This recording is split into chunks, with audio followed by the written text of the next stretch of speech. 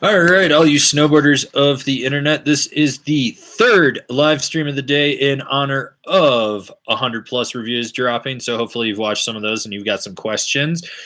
Anyways, if you've missed the two previous streams, you know how this goes. Ask a question over there in the chat box. I'll answer it. Let's dive right into this. First question comes from Brian Mullane, who I believe has been in just about every chat we've done today. And this is a throwback to a previous question or topic or statement that I made about how I actually don't hot wax, but I will tune my bass. And he asked, since you don't hot wax, how often are you tuning? As needed. I only tune as needed. Some boards get it a little bit more. Some of them get it a little bit less. My powder boards pretty much never need it unless I drill a rock. Park boards, usually in the spring, I'll take it in and get a good, just deep spring structure put onto it and go from there. So hopefully that answers the question. I see there's only 10 of you guys right now. Hopefully we can get some more. Oh God, we're down to 9. Let's see if we can get some more people in here. So Churning Park asks, do you use gloves or mittens? Also, exact one. Oh, which one do I exactly use? So I use trigger mitts, preferably, is what I actually like. I was using the Hestra trigger mitts. They were a little bit warmer, a little bit thicker, a little more durable. Unfortunately, one of them went MIA when I was moving some stuff around, so I don't know where it went. And then I ended up using a bunch of drop gloves for the rest of the season. But I did order some gloves this week, and they sent me the wrong one. Like I asked for trigger mitts because that's what they showed, and they sent me these ones, which are clearly not fucking trigger mitts. So I was kind of pissed about that. So I'm dealing with the return on that. But I'm a big trigger mitt guy. The Hestras are actually the best. They keep my hands warm. They keep my hands dry. The only thing that sucks is in the spring. They're just too much glove for what I'm looking for. Theo Flo, thanks for putting in the work. Thanks for supporting me. I wouldn't do it if it wasn't for you guys. So there's that. Let's see. Theo Flo asks, what is the most common question so far? Pretty much everyone keeps either asking me about the Super Pig or the Orca. Those are like the two boards that everyone's got questions on. Got one or two about the Super DOA, but almost everyone's asking questions about the Orca and the Super Pig. So we got that going on. Let's see. Yeah, Fanny Pack Films, the Oakley trigger mitts are the bee's knees. That's what I fucking ordered, and they sent me the wrong glove. So, yeah. Rob Gams, Avron, was there a review for the Jones Frontier? There is a review for the Jones Frontier. Unfortunately, when I went to edit it, I noticed that the audio had been screwed up, and it was just like super quiet. Didn't matter how I jacked it. It wasn't going to sound right, so I had to reshoot it. That'll be edited and up probably by Monday of next week. So for those of you keeping track, it is the Jones Frontier, the Jones Flagship, the Yes Hybrid, the Yes Y, the Yes Greats, the Jackpot, the Ride Algorithm, the Nidecker Gun, and what is the other one that needs it? Oh, and the Battalion whatever. Those are the only boards that did not make it up in this drop. They will be up by Monday. So hopefully that answers your question. But just so you know, the Jones Frontier is just the Explorer with a rename on it and new sizes for 2020. Theo Flo, at this point, the Orca and Super Pig won't be on discount, so might as well just buy a /. You need to buy an Orca or like 5 now. Sit on them till about a week before Christmas. Offer 2 days shipping on it and sell them for $1,200 a pop. For anyone that is a capitalist and wants to turn a quick buck, that is what I would fucking do. Buy a bunch of those and sell them right before Christmas. You will make your money back.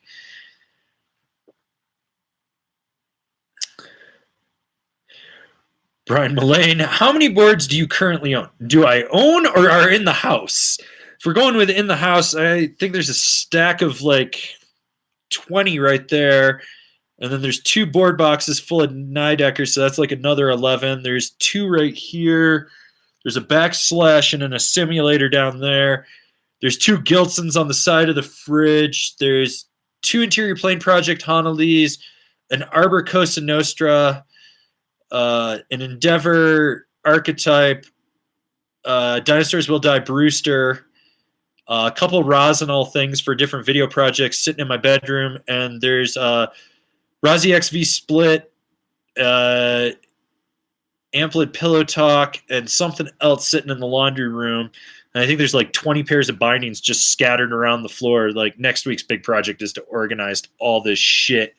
So hopefully I'll be able to get that all taken care of. Sweet, we're already up to 30 people. Hopefully we can get this over 98, which was the record set by the morning live stream. I'd really like to see that. Rabies S25, Skeleton Key versus Orca. How different are these boards? Ride and feel. Also, 53 Orca too short for 6 foot, 295 pounds. Thanks for the hard work. So I assume you're talking regular Skeleton Key and not Skeleton Key Twin. The regular Skeleton Key is stiffer than the Orca, and it is a tad bit more directional than the Orca. It has a completely different ride just to the fact that it's European construction versus North American construction. So the Orca will be damper and will absorb more micro vibrations, while the Skeleton Key, you will feel a little bit more chatter underfoot, but it will be a bit lighter weight and it will have more snap in it, in my opinion. The 53 is the perfect size for you. You do not want to go up to the bigger one, and you definitely do not want the smaller one. Let's see. Jose Bautista, which one would you recommend? The Burton Malvitas, Union, Atlas, or Now bindings? Kind of depends on what you're looking for and what board you're going to put it on. I will say this. I rode a set of Atlases that I fucking hate, and I gave them to Fanny Pack Films. So he is in the chat right now, so you can ask him about Atlases because he definitely really likes them. Neil Lee, any split board binding recommendations? I'm a Karakoram fan. I think that those guys do a slightly or not Karakoram, sorry, Spark, sorry, my bad. I think Spark does a better job than Karakoram, even though I think they're both on the same page. But I would definitely check out the Spark R&Ds for sure. Let's see. Brian Mullane, here's a good one. Since you have been to resorts all over the country, what's the best way to protect against theft outside of an equipment check at the resort? You will get yourself a little retractable lock. I have one because usually when I go to test a board, I take 2 boards with me. I have the morning board and the afternoon board. So what I do is I lock the afternoon board to the rack, and I go ride for a couple hours, come back, swap it back out, and go. Never have any problems. It's just enough of a deterrent that no one wants to grab it, and it's literally like that friggin' big. You can put it in your pocket. You're never going to notice it. And there you go. Let's see. J. Crew, I got the Signal Tail Gunner for my POW board this year, but undecided on which bindings to go with. What are some good bindings to keep that surfy feel? How surfy do you want to get? Now, some of the Now bindings are really surfy, so you can do like the Captain Finn, the Now Yes, like any of the softer, more freestyle ones will be a little more surfy, and with that skate tech that they have in there on the hanger, you're going to get that rocking back and forth. Or you could check out any of the Now the Salomon Shadow Fit bindings. Those tend to just have more play in the heel, and they make it a little bit looser. I actually liked the holograms from Salomon when I tested them. It wasn't like super loose in the heel, but it was solid enough that it got the job done. Looks like we just got a super chat in from Brandon McConkey. I saw your review on the 2018 Black Snowboard of Death, and it seemed mostly positive, but the review on the 2020 was pretty negative. What were the changes made to the 2020 that made it worse? Side cut flex pattern, that center contact point, you could really notice it, and I want to say like there was a tweak to the camber profile on that or something, or it was the shape. It was just something just enough that it threw everything off. That it's not a bad board. It's just like it's an overrated board. They need to overhaul it back to what it was when, in say like 2010, when it was a true rad dad all mountain freestyle board versus this weird amalgamation that they've got going on right now. It's something that's just a little bit weird when you get on it. You'll notice right away if you get a chance to test it. If you have a 2018 and you like it, you probably will not like the 2020. So let's see. Theo Flo, what's the difference between the Super Pig and the Twin Pig? Twin Pig is twin asymmetrical. It is more freestyle focused. Super Pig is more directional. You've got more rocker in the nose than the tail, slightly set back. It also has a different camber profile to it. Those would be the biggest differences of it. Fanny Pack Films. Avon, want to let me use the Rosinal Mini at the Peak 10 Classic tomorrow on Saturday? Stop by the house. You can pick it up tomorrow. I'll be home until probably about 3 o'clock. Or no, tomorrow's Friday. I don't have to work till 4. Just stop by the house. You can totally grab it. If I'm not there or like I'm not going to be there when you come by, I'll just leave it out on the porch for you, bud. Robert Hoskins. Hi. Was too late for the last chat. The missus is burning through boots. Second pair of Nidecker boots, rated 7 stiff, both fucked in less than 20 days each. Store has put her in 32 lashed. What the fuck? She's going to eat those lashed apart. The bigger question that I ask is what you need to look at where she is blowing those boots apart and how she's blowing them apart. Like, is it a specific seam right by the toe? Is she blowing that apart? Typically with the way snowboard boot construction is, like around the toe, there's a little triangle or weird shaped flap right where the ball joint is on the foot, like so right there. And if you look at it, that tends to blow out on the toe. If she's creasing the back spines, it could be because she's actually in a boot that has cardboard in it or like some kind of Nomex, which is just cardboard covered in epoxy. So you want to find something that's got a little bit more rebound. The best boot is the one that fits her foot and fits her needs. So maybe she needs to try on a few other boots in the store and really push them to the limits. But you got to ask yourself, why is this boot breaking? How is it breaking? Is it the bindings? Is it the way she rides? Does she have like some weird foot abnormality? Does she drag her feet when she walks? These are all things that lead to the death of a snowboard boot. But if she's having problems with a stiffer boot and they put her on a lashed, I have no clue why they did that. So let's see. Peter Hackett, 2020 Yes Greats versus Capita Simulator, the updated greats, I believe. It is the updated greats. It really comes down to what you need it for, but personally, the 2020 greats, it's a snowboard. It gets the job done, whereas the simulator, it has a better side cut and a better flex pattern in it that makes it a little bit more playful of a freestyle board that you can still take out on the mountain, where the greats is kind of just an all-mountain board that you can freestyle with, if that makes sense to you.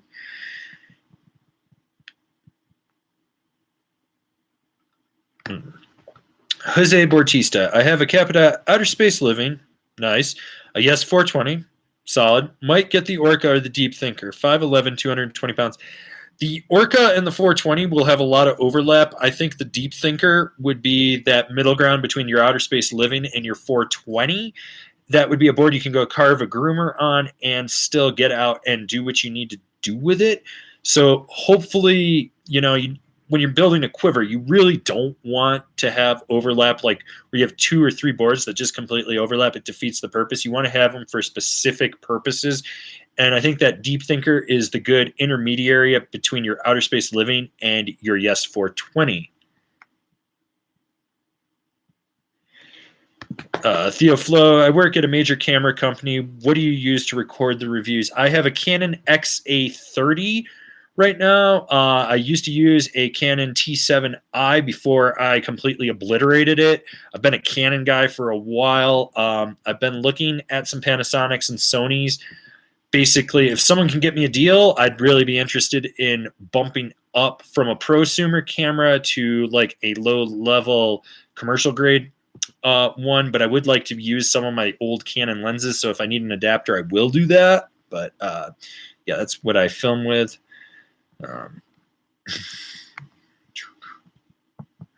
Let's see. Notorious HAN, Notorious Han. I sold both my boards to get the 2020 Orca. What's a good bang for your buck park board that I can also take on the groomers? DC Ply, hands down. First board I would always recommend. It's camber. I think it's got a retail price of like $339 or something like that. You can jib with it, you can jump with it, you can kind of just do anything with it. It is a super, super solid board.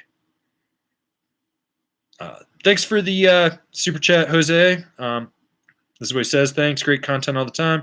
Just have to pick up some solid bindings. We'll have binding reviews actually coming out probably next month. I think we got about like 27 of them. So Might just drop them all at once too. So hopefully you can find something in there. Let's see.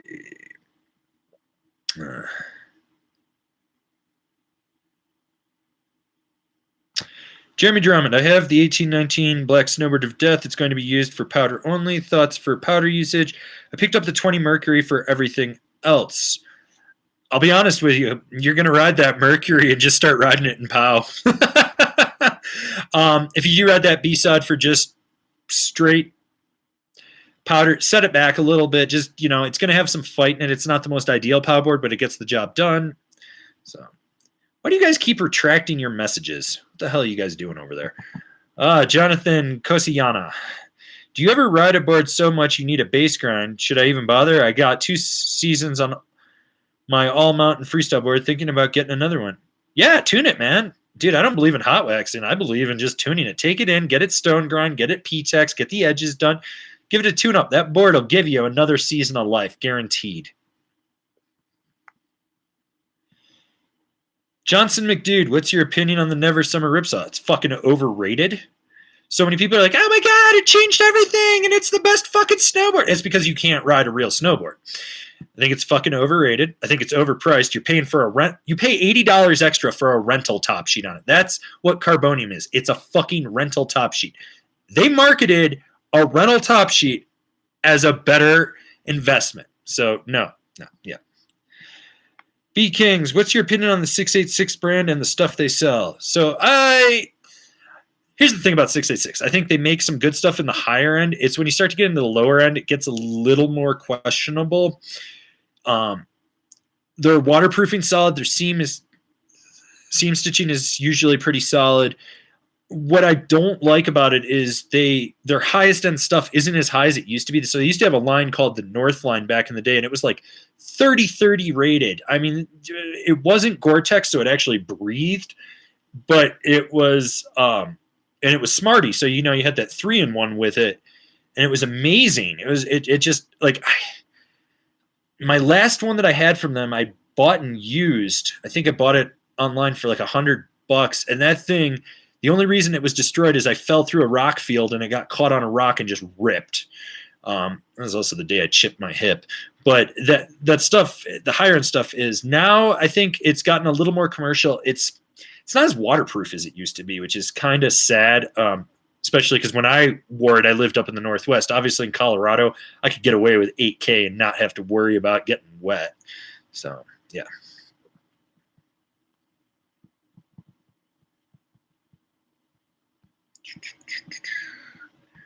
Let's see. Linares, what's your take on Donick? I've heard to mention the name, but never caught an opinion. Here's my thing about Donick, and I said this in an earlier stream.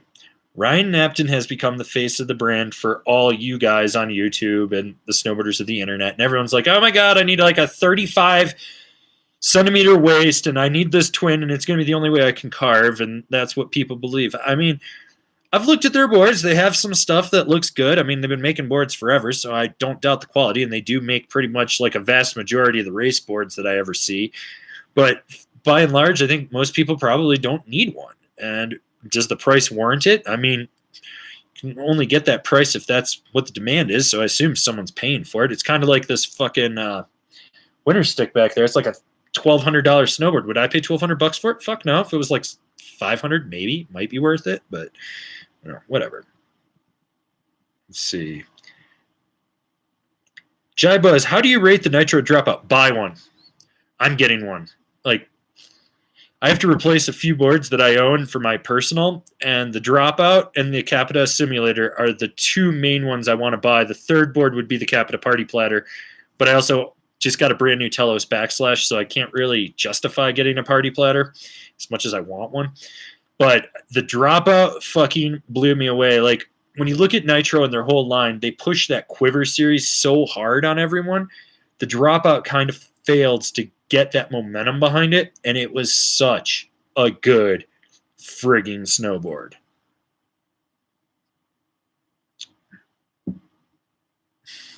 Gee, I'm willing to sell my body for a 53 Orca and pay full retail. No one wants your body. Put it away. Just put it away. Let's see. Jeffrey Ellis, Rome mod or agent? I haven't been on the new agent. I'm supposed to grab one, I think, like first week in November, along with a warden to go test it out. If it's anything like the old agent, it'll be solid. The mod will still be stiffer. It will be a more aggressive, jump-oriented freestyle board.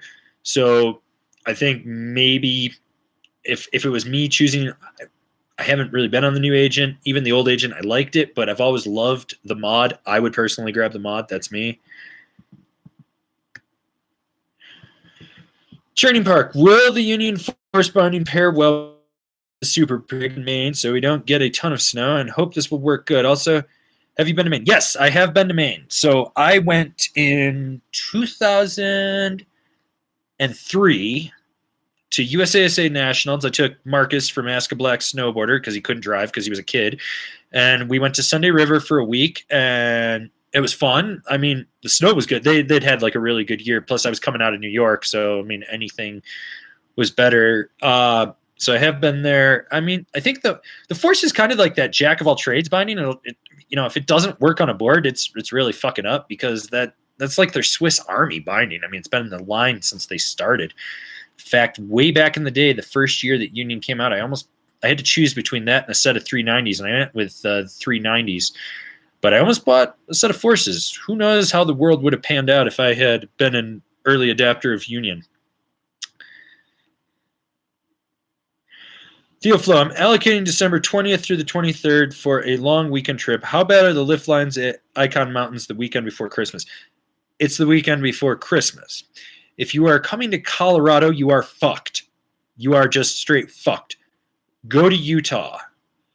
That will be your better bet. You'll have Brighton and Solitude. Just make sure that if you're going into the canyon to get up early and beat the traffic, or stay at the lodge up at Solitude. That would be your best option for that. Otherwise, if you're trying to go to the California resorts, it's the week before Christmas. You have to take that into consideration. So unless you're going to the east, I mean, there's a few resorts on the east on the Icon Pass. Justin B., have you ever ridden the Flow NX2 GT Fusion bindings? If so, what do you think about them? I personally haven't ridden them. Kevin did. We will have a review of them dropping sometime next month. The NX2 is kind of the workhorse line of bindings from Flow, and the GT is like Fusion is kind of like more the freestyle workhorse from them. The big thing to note about Flow is please spend the time to set them up in your house before you hit the mountain and really dial them in, because once they're dialed in, you never have to worry about it. But when you are on the hill, it completely sucks and it fucks. Let's see. What do we got here? Got a bunch of questions I think I just missed. Let's scroll down here.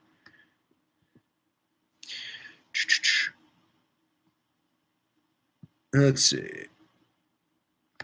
Theoflow, what size LibTech Orca? I'm 5'9", 170 pounds. I'd get the 47 unless you need something with a little more float, then bump up to the 53, but do not get that 59. That thing will eat you alive.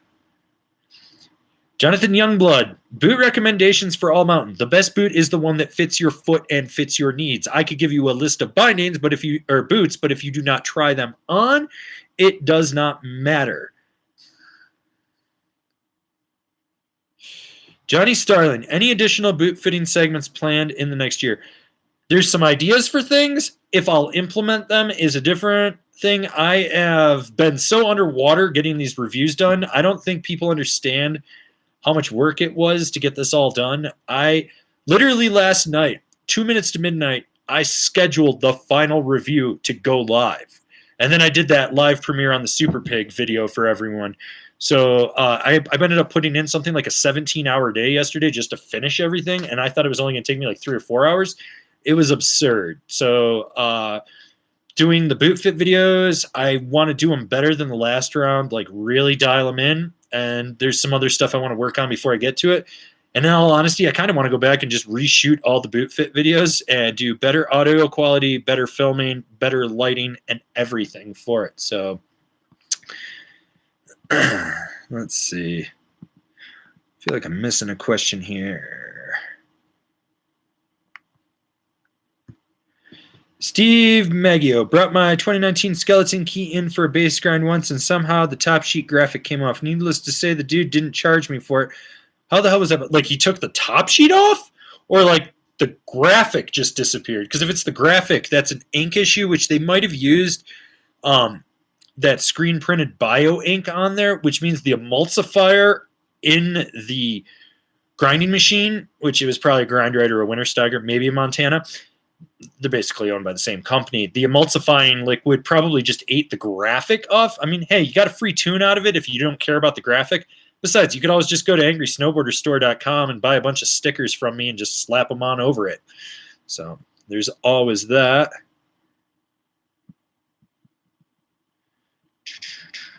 Dude Guy Man 77, you were saying you didn't like hot waxing in the last live stream, and again just now. Why don't you like hot waxing? I'm just wondering. Okay, so I've said this before, and I'll say this again. You use heat and pressure to build your snowboard. So that heat is curing all that epoxy so it locks in, and epoxy does break in as you flex it.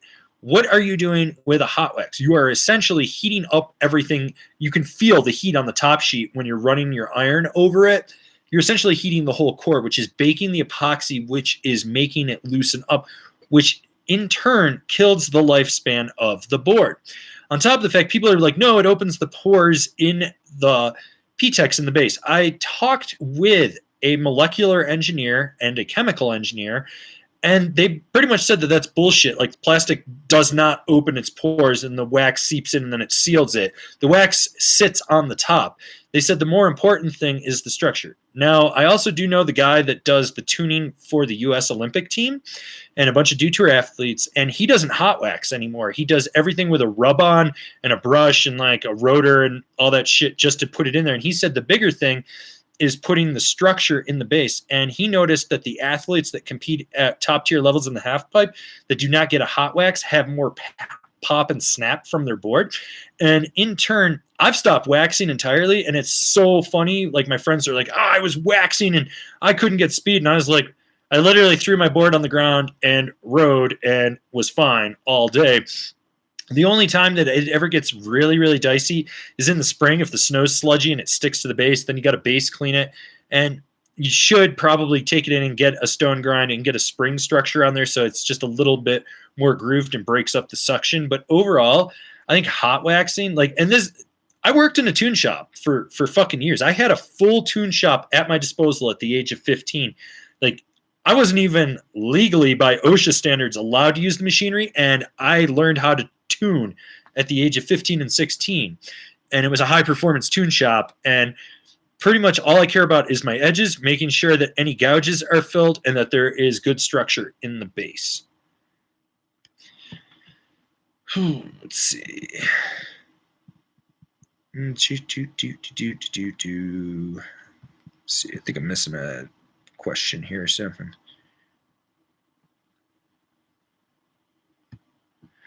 Jeremy Drummond. My friend's Gilson was stolen from Skyliner parking lot at Bachelor last season. Jokes on the thief, plus my buddy upgraded to a United Shapes. Loving that board. I feel bad for whoever stole that one. They're not going to get any money if they try to sell it, and if they ride it, they're going to realize it has no edge hold. What a fucking joke of a brand. So, Wong Terrence Tez Tai, probably butchering that, whatever. My name is Averin. No one ever says it right. Intermediate rider wants to chase powder in the morning and do mid-sized jumps in the afternoon. Tried the Kapitakazu Pro. I like it, but it is too hard for me. Any softer versions of the Kazu?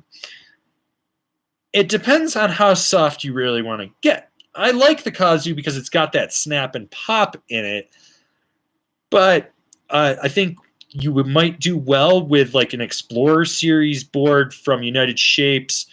Was it the Voyager, not the Pioneer, or maybe it's the Pioneer, the one that's like a 156 or smaller. That might work for you. The board that replaced the Dinosaurs Will Die Brewster, it's essentially a Brewster, but with a name change. That would be a good one as well. The Ride Super Pig, you should definitely be looking at that one. Matt, dude, I have a ride kink, was wanting to get a normal cambered board. I tend to just cruise and hit the park every once in a while. Okay, you should check out, do you want full camber? Like if you want full traditional camber for cruising, check out like an interior plane project, probably the Hana Lee. That's going to be a lot stiffer than your kink, or you could go with the Haro, which would be closer in flex to it. You might like the K2 Manifest, although that might be a little too much board, so possibly a Broadcast or an Afterblack from them. The ride algorithm isn't full camber, it's cam rocker, but it's still really, really good. The Yes Jack pod, but it's more park focused, but it is camber dominant. That is also super solid. Even the LibTech eJack knife might be something to consider. So, Churning Park, should I size down for the Super Pig? Yes, it is a volume shifted board. So you want to make sure that you're sitting kind of ideally in the center of the weight range. So for me, I think I rode the 151 or the 154, and it was solid. It's not as drastic of a volume shift as, say, the War Pig or like a Party Platter, but you definitely want to. Gerald Clifford, what would have better float? Archetype 160 wide or 162? The 160 wide because it's got more surface area. In all honesty, I wish I hadn't asked for a 58 and I had asked for the 60 wide. I just didn't even think about it. I completely brain farted, but the 60 wide would have been so much better. Plus, it'll accommodate a size 10 easier than, say, the 62. So if you got a 10 or bigger. GDS, Nidecker Smoke or Nitro Banker? Banker all day, every day. I actually didn't ride the Smoke. Kevin did, and out of all the Nideckers he's ridden, he's always been raving about it. He came back and was like, well, it's a fucking snowboard. It turned, rode like a snowboard. Wasn't overly impressed with it. Whereas, like, the Banker, I was like, this thing is fucking fun. Like, this is a solid, solid board.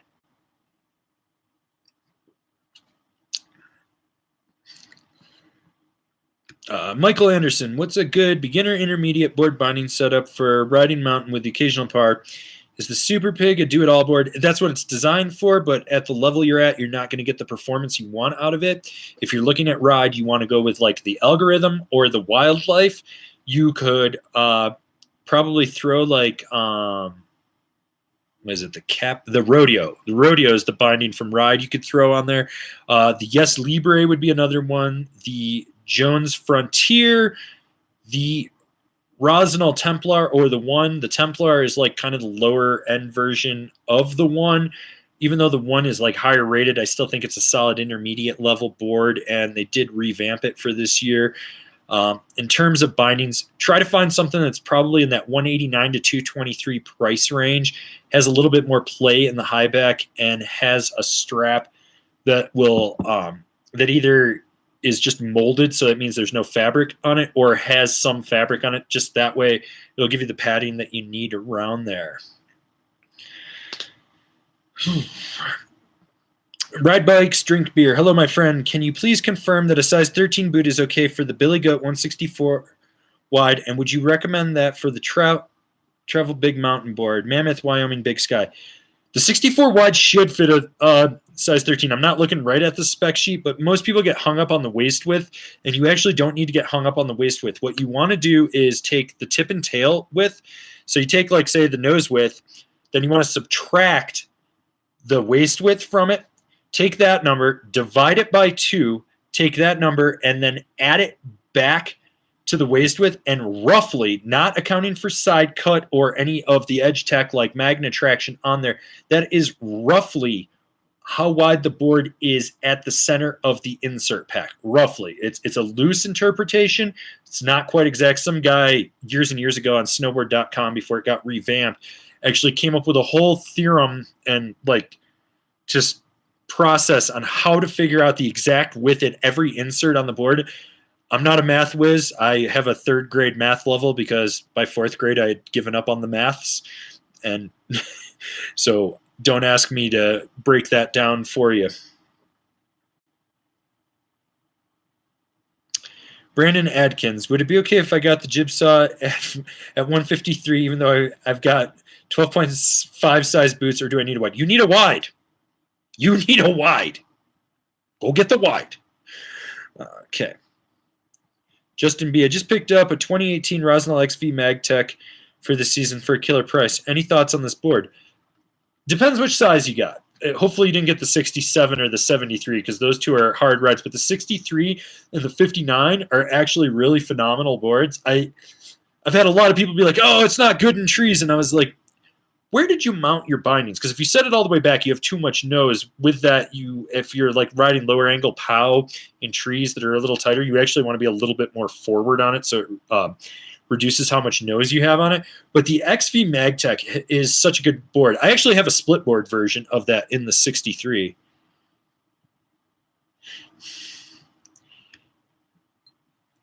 Jay Crew, did you hear about the new resort coming here to Utah, being built right next to Deer Valley, and they're thinking about not letting snowboarders?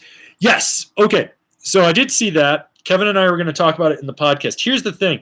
So that's KSL Capital, which is one of the partner companies or the big investment group that is in Alterra, which is Icon Pass. I have a feeling that they're actually going to allow snowboarding on it, because then they can be like, well, we still got Deer Valley and Alta, and we don't need to allow snowboarders on it.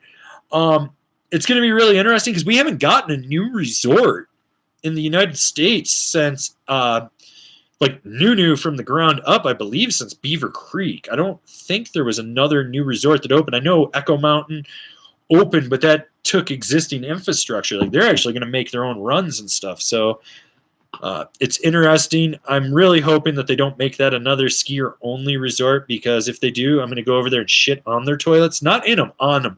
I'm going to go to Utah and just shit on their toilets, like all the toilets. I'm going to chug a box of red wine and a gallon of chocolate milk and let it curdle in my stomach, and then I'm going to grab my ankles and fart and just shit blast everything. Yeah, so people probably didn't want to hear that, but now you know. Jeremy Drummond, I'm picking up a Jones Dreamcatcher for my girl. Any board reviews for the ladies? No, I don't have a female tester that I trust. We went over this in the last podcast. I know you weren't there, or not podcast, live stream that we did earlier today at the afternoon one at 3:30. And this is my theory on women's reviews.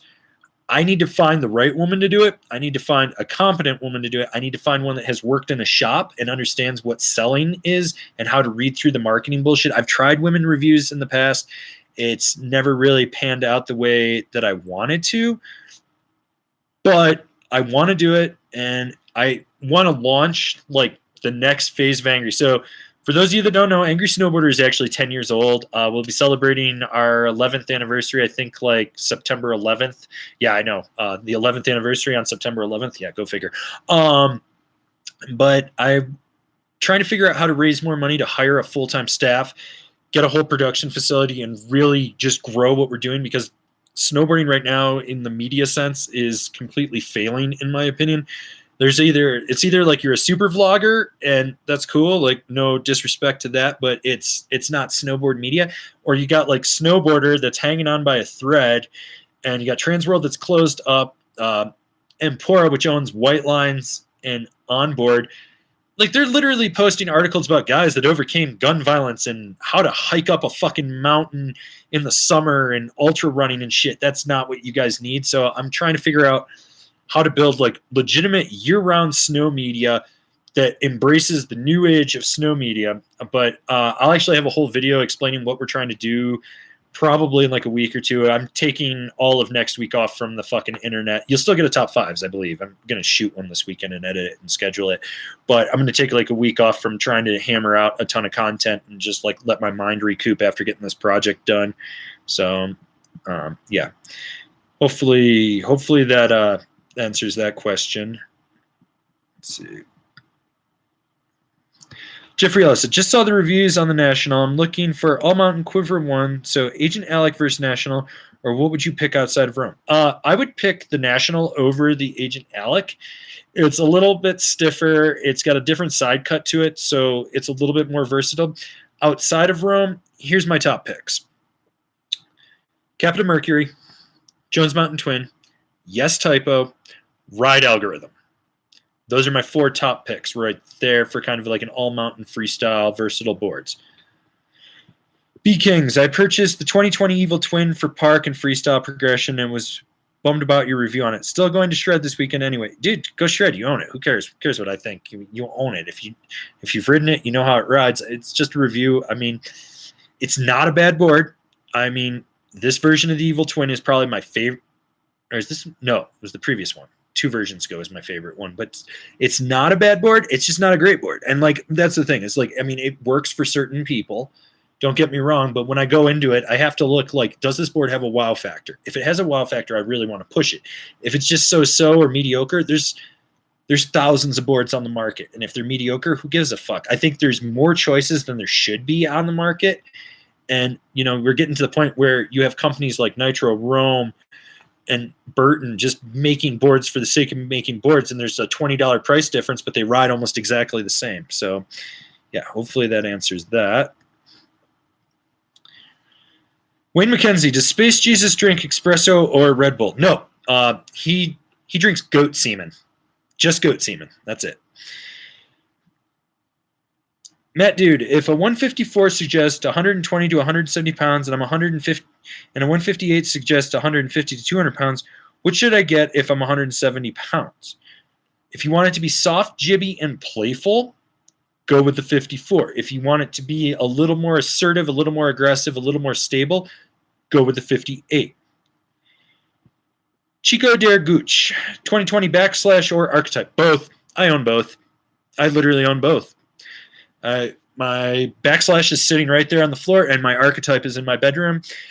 Both. They serve different purposes, but they are super solid. Like, they are both super solid. So.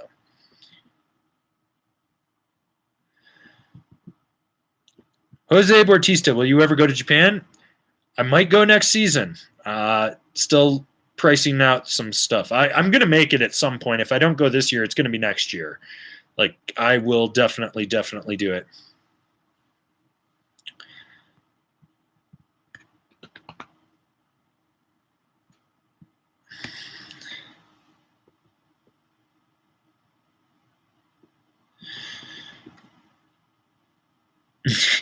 Theoflo, don't go to Hokkaido over Chinese New Year. I'd probably be going to like Niseko, Hakubo. Dude, the big thing is, like, I don't think people understand. Like, when I travel, I am the most lazy ass traveler there is. I've literally gotten to the airport and been bumped from my flight as I'm checking in and just looked at the woman and be like, okay. She's like, what? Okay. I don't give a fuck. I'm on vacation. I literally don't care. Like, I make sure when I travel that I have plenty of time for things. I don't freak out about things. If I get somewhere and it's crowded the way Japan is, I'll hop the bullet train and just go somewhere else. I don't really give a shit. Like, the way I travel is I always have excess cash in case some shit hits the fan. Plus, I live so cheap. Like, you got to realize I don't drink. I don't smoke weed. I really have no vices. So for me, I'm just like, oh, what? It's an extra $200? Fuck it. I don't care. That's kind of how I travel. So I'm not too worried. Plus, you guys have to realize I live in Summit County. An average weekend, it's a 20 to 25 minute wait in line. On a holiday weekend, it can be 2 hours in a lift line. So you got to realize, like, what most people consider crowded, I don't. So there's that. Dean Hinton, Deep Thinker, Super Pig, Capita Kazoo, or something else for a free ride board that still does groomers. Honestly, out of those three, I would choose the Kazoo. I would choose the Kazoo over the Super Pig and the Deep Thinker. Those three. The Kazoo blew me away. It's got a lot of power and snap off of it. It carves exceptionally well. It's still going to have float and powder, but you're going to have camber underfoot, which means more pop. Justin B., ever been to Revelstoke? Any days on a heli? Planning my first trip this season to the Selkirk Mountains. Haven't been to Revelstoke yet. I think I might try to get up there this winter, give or take scheduling. The last time I rode a helicopter for snowboarding, it was Flight for Life. I've never actually done a real helicopter drop. It's on the list. Probably get it done at some point. But right now, I'm concentrating on other things and kind of hoping that when I'm older, I have tons of money so I can just be like, fuck it, I'm going heliboarding left and right. So, yeah.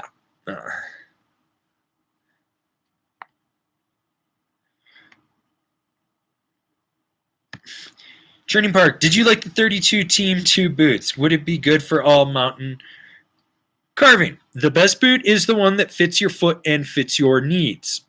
I will not endorse a specific boot for you and tell you to go buy it. If it fits your foot and it fits your needs, sure. The Team 2, it's a middle-of-the-road flexing boot, and 32 boots are notorious for breaking in faster than any other boot and going soft. The Team 2, in my opinion, is actually a soft boot. Everyone's like, oh, no, it's stiff. No, after about 5 days, it's soft. Like, it softens up so much. But if it fits your foot and it fits your needs, good for you.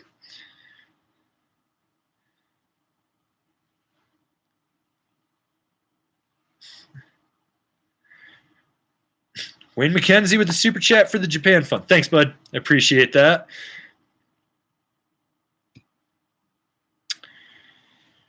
Ride bikes, drink beer. Did you not review the War Pig because the only thing that changed is the color? That was part of it. The other part was the reps just didn't have one for me at the time. But it didn't change. There was really no reason for me to ride it. So those reviews can definitely carry over. Let's see.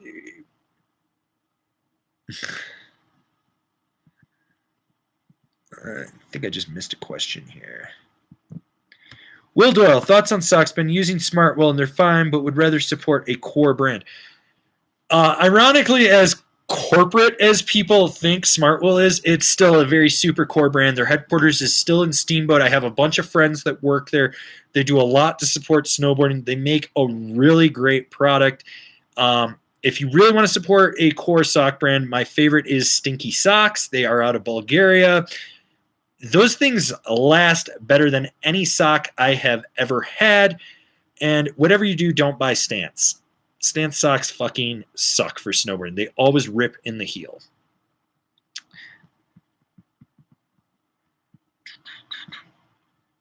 Let's see. I think I missed a question up here. Noah Mertens, any thoughts on snow planks? Well, it's been a couple years since I rode one, but they are definitely very heavy boards. The construction is very unique and proprietary to them, so it does have a unique ride to it. I like their shapes. I wish they were an easier company to work with. I also think they were a little butthurt with the review I gave them. It just wasn't what they were expecting.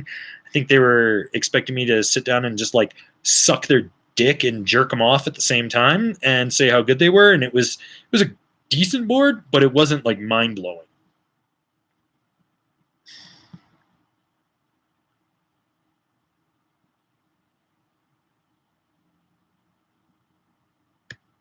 James Bray, can't you just get Kevin to review the women's boards? He can carve anything right.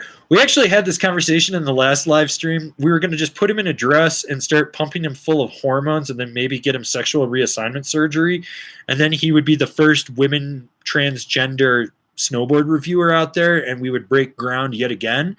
But I don't think his girlfriend's down with him doing that, so unfortunately that's just not going to happen.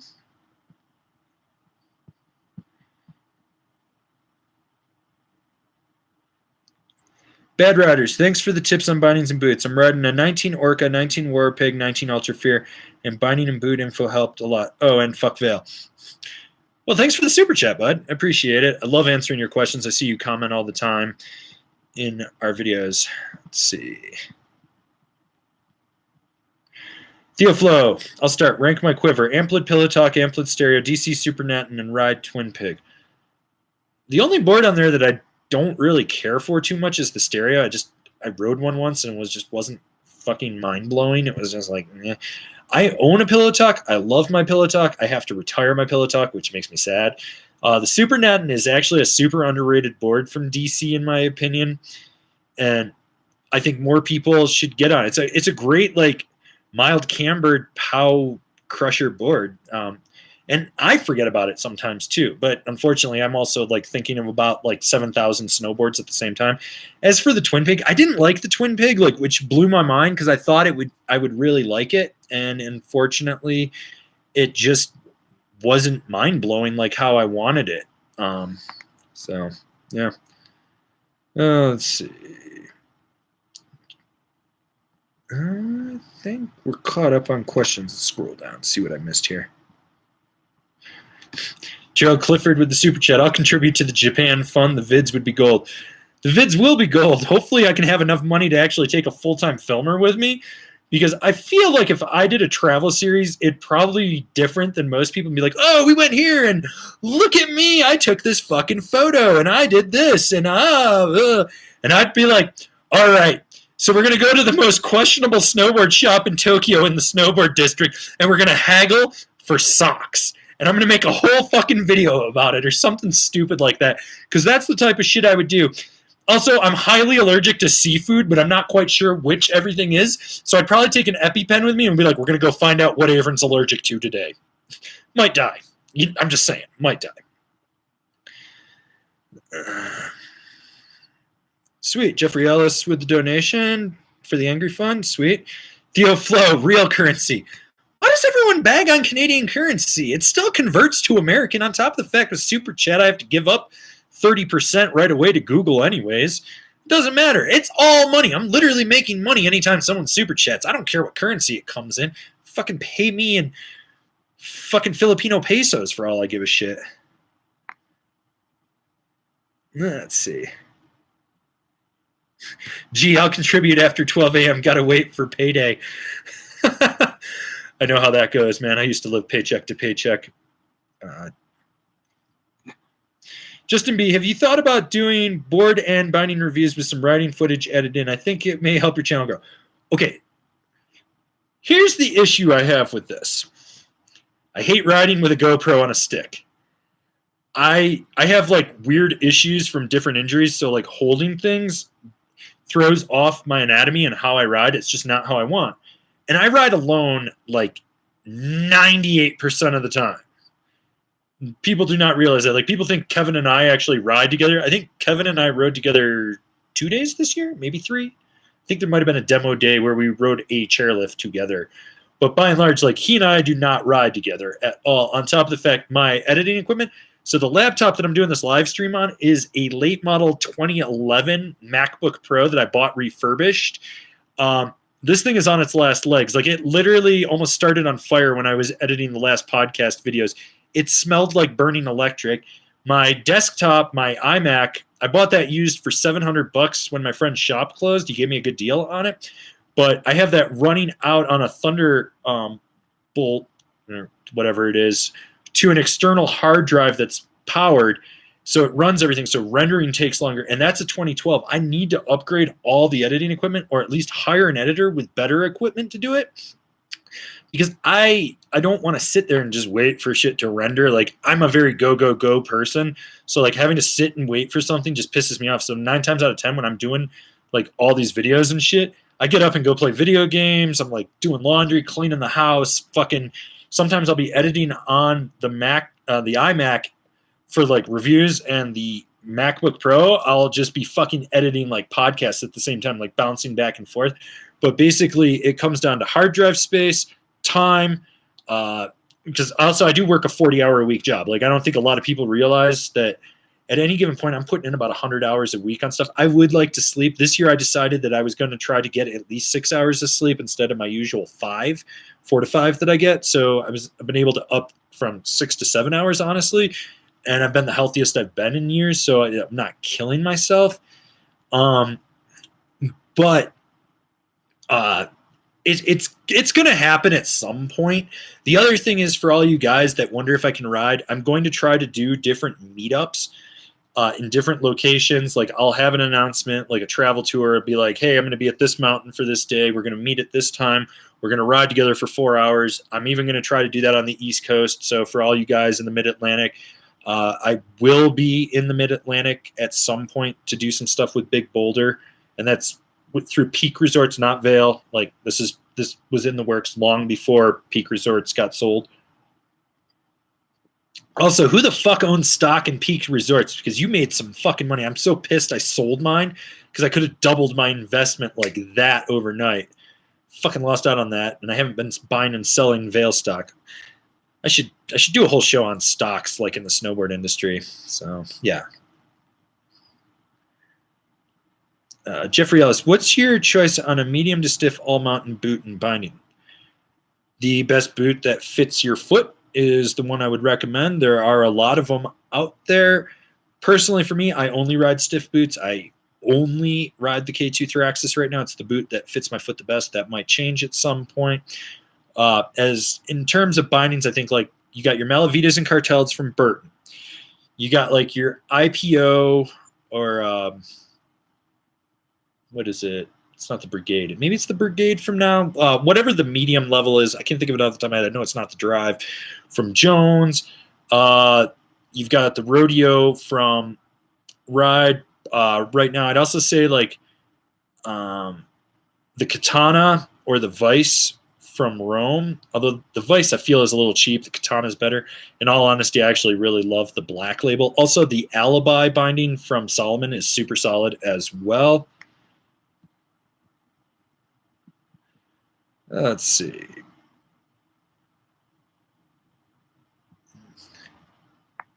Gee, any big differences between the 2019 Kazoo and the 2020 Kazoo?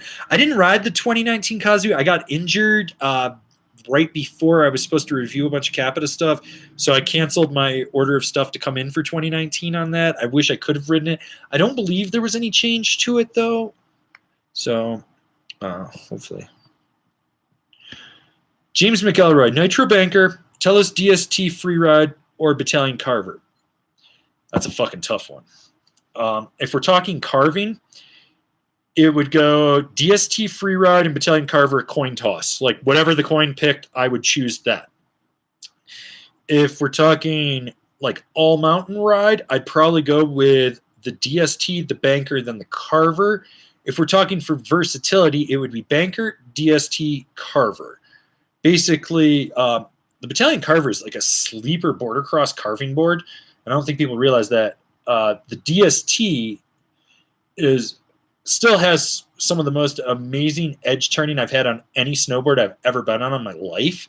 And that's literally the one thing that blew me out of my mind when I rode that, because that board is so thin. You actually have like those little pucks that fit underneath there, those little placemat things, so you don't like press right into the top sheet, which is really interesting. That's something that I didn't really like too much. Let's see. I'm missing something. No? All right, let's see what we got down here. Oh, did I just miss some super chats? Shit. Scrolling up here. No, let's see. Johnny Starling, might have to retire the branch manager this year, or at least demote it to early season powder. You ride anything that could replace that? Yes, I wrote a lot of things that could replace that. Go look at the Nitro Dropout. Just go look at it right now. Like, go click a link and go look at it. It's essentially like a more cambered branch manager that rides just like it.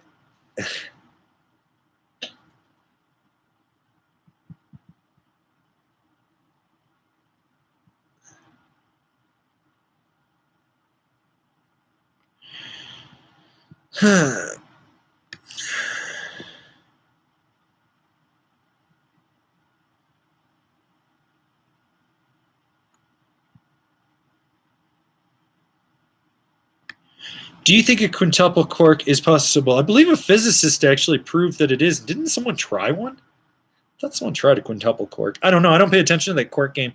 I remember about like 10, 12 years ago. It was probably about 10. Let's see. Yeah, no, because I'm going to be 36. Yeah, so it was like 10 years ago. When Woodward actually had the dry slope into the foam pit, I was practicing double corks just to figure out the physics of it.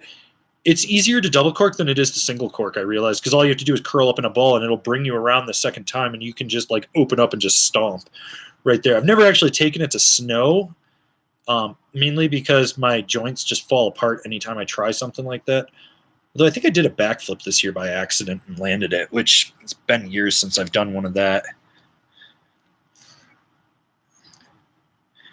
Mitchell Wright, hey man, keen to know a recommendation for Japan. All mountain freestyle with small pow capabilities, size 12 boot. I also have a K2 Cool Bean for 10 plus inch pow days. All mountain freestyle. Go look at the Kazoo. That would be a good one. You could also do the Capita Mercury, Jones Mountain Twin, or the Aviator. If you want something a little stiffer on that, you might even like the Endeavor Clout. The let's see what else. Excuse me. Let's see what else. I'm trying to think. There's a bunch of stuff out there. Oh, Libtech Hot Knife. If you want something that's a little stiffer and camber in there. Otherwise, you might like the T-Raz as well. Diego Chavez, have you been able to ride the 2020 terrain record? It didn't change for 2020, so the rep told me not to even bother my time. If you go back and look at the old review, it's pretty much the exact same. FNDisa, where are you from? I'm from a shithole town in western New York called Cattaraugus. You cannot find it on a map if you tried, even though it is in Cattaraugus County. I actually tell people I'm from Ellicottville, New York, because they can spot it, which is about an hour south of Buffalo. I hate Western New York with a passion, and I'm glad I left.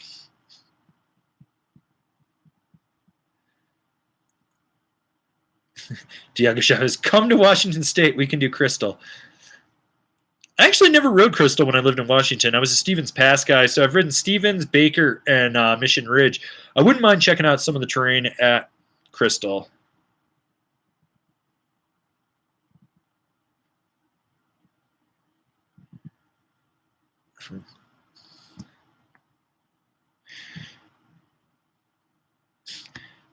Shed and Flood. Rubbermaid owns K2. No, Rubbermaid used to own K2. They don't own them anymore. They sold them.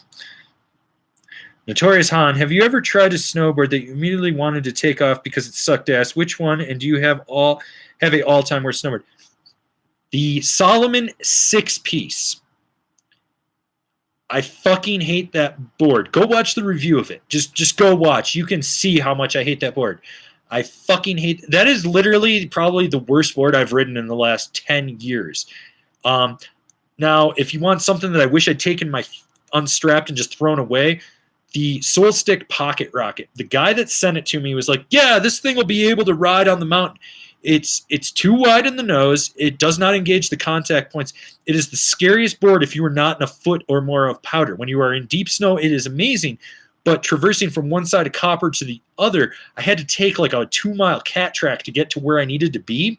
That was the scariest ride I've ever had in my life on a snowboard. I wish I could have unstrapped it. I was so happy to get off that thing. And it was a 2-foot powder day. I wanted to get off of a powder board on a 2-foot powder day. That thing was awful. Everyone wants to know why I'm banned from Vail. I'm not going to tell you. That's for a later time.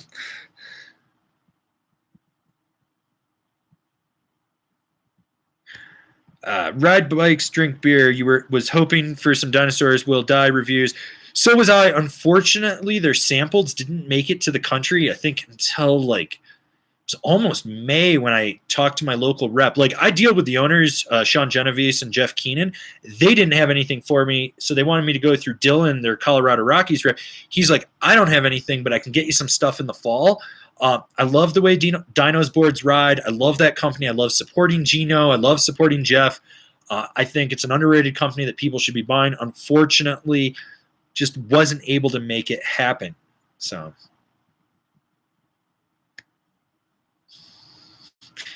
Linares, I'm an older rider, started riding back in 2000. I bought a Never Summer Proto HD back in 2015. I despise the board. Hybrid camber feels sloppy and confused to me. Am I doing it wrong? No. It's not the camber profile for you. And I believe in 2015, that was when they actually changed that hybrid camber profile. So there's technically a flat spot in the nose and the tail. So like you got the reverse and then it comes down and then it flattens out just a little bit before the tip kick. That changed how they rode. So when I used to do product development for them and they changed it, I kept telling them, I was like, this thing rides so much different. It's not right. It's not right. It's not right. And they wouldn't listen to me because they had a whole group of yes men that were on internet forums, like on Sierra Snowboard, Snowboarding Forum, and a few Snowboard Addicts and maybe snowboard.com. And they were all, these people had never gotten a free snowboard in their life, so they weren't going to say anything bad. So they started taking their feedback over mine. And it really drastically changed everything. And that board, just like that camber profile is not the end all be all camber profile. Like, in all honesty, you probably need a cam rocker profile. If you're an older rider, you've been riding for almost 20 years, I would say, you personally would probably like a Jones flagship. That's it. Like something like that, something similar to that. Maybe like a Yes Standard or a Yes Pick Your Line would probably be a way better choice for someone like you.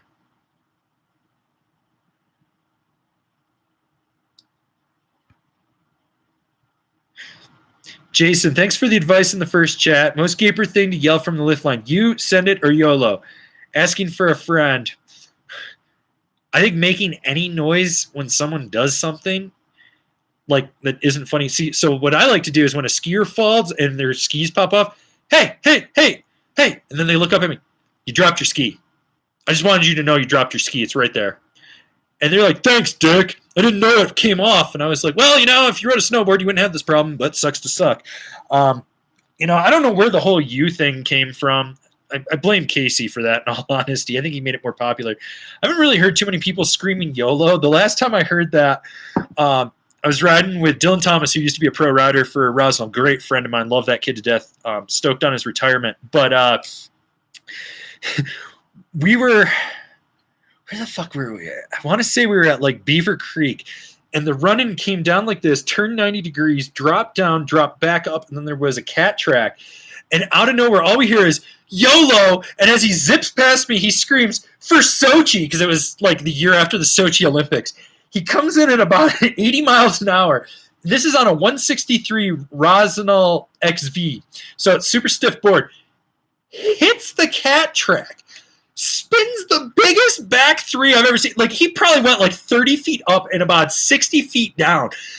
Lands in this friggin' crater of like a creek bed. And we're like, Dylan's dead. Dylan's dead. The nose of his board, when he hit the other side of the creek bed, because he landed in it, like he basically landed and hit it, the nose came up and we watched it hit him in the knee. And he just muscled up and stopped. And he's like, totally sendable, guys. YOLO. And just like zipped on out. And we're all just sitting there like, the fuck just happened? Chico Daraguch with the super chat. Buy Kevin a beard fund. We're trying, okay? I bought some pills from the same place that makes Extends. It's working. We're trying. He's not like me. I haven't shaved in 2 days. Look at this fucking thing. It's already filling in, and it's white. I don't even know when I started getting white facial hair. I'm getting old. Justin B, is that Kevin behind you to your right? Does that look like Kevin?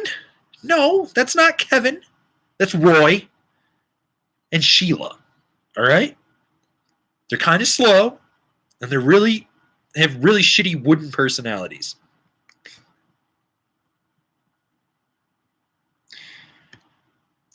Shiden Floyd, what are your thoughts on Signal snowboards? Actually, I really like what's happened to Signal in the last few years. Like, I didn't think that subscription service was going to work for them, and it totally is. And the last time I rode boards from them, the ones that were made in China, not because they were still making stuff in Huntington Beach, were phenomenal. I really love the Signal Yup. That board is super phenomenal. I would love to get on more of their stuff. I actually need to reach out to them and see if we can make something happen. Josh Moe, any thoughts on the Slush Slasher versus Sushi? So here's my thoughts on the Slush Slasher versus Sushi. Sushi is better in powder. Slush Slasher is better in slush. Slush Slasher rips a different style of carve, and you have a little bit more tail to push off of than the Sushi. The Sushi, on the other hand, in my opinion, is actually a little bit more butterable because of how much rocker is in the nose. They are both great boards.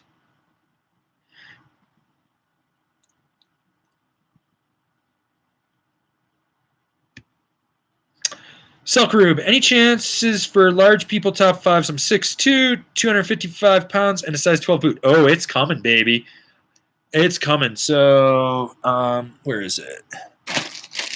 This right here is a notebook from IPP, but it is full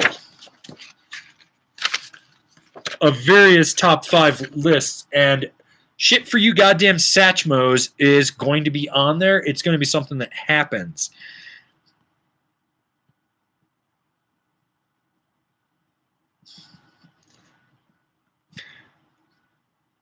Poopile 27, great name.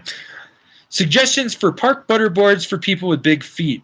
I'm heavily leaning towards a Huck Knife 155Y, but curious if for your thoughts. 130 pounds, 6'3", size 12 foot. Yes, I'm light as hell.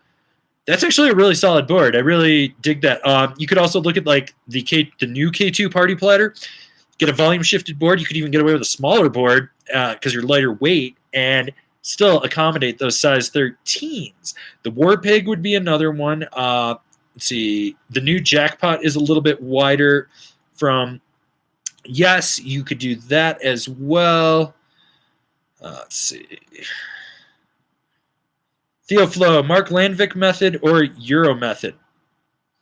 I want the Bruce Sandstrom method. If you don't know who Bruce Sandstrom is, he is our former ad sales guy, great friend of us. He has actually one of the strongest underrated methods of a nobody that I've ever seen. He tweaks it so hard, you actually think he's grabbing with his backhand and pulled it all the way around. Like that's how far he pulls it around. Bruce Sandstrom, best method in the game that no one knows about. So.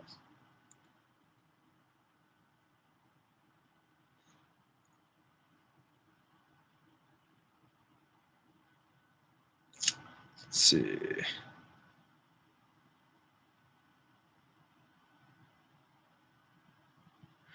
I think I just got some more super chats in here. Jeffrey Ellis, 5'8", 165 pounds. Yes, typo, 152 or 155. 52 if you want it to be a little more playful and buttery and you want to screw around. 55 if you are looking for something that you can ride a little bit more all mountain and be a little less freestyle focused. Linares with the super chat. Pow Mau Taco Fun. Seriously, how good are Pow Mau's tacos? I don't know. Alan Russell did not take me to get Pow Mau tacos. He did buy me a couple cat trips, though, which was really cool. That was fucking rad of him. Alan Russell's the goddamn man. Michael Anderson with the Canadian $10, which is probably like American 3. Thanks for the super chat.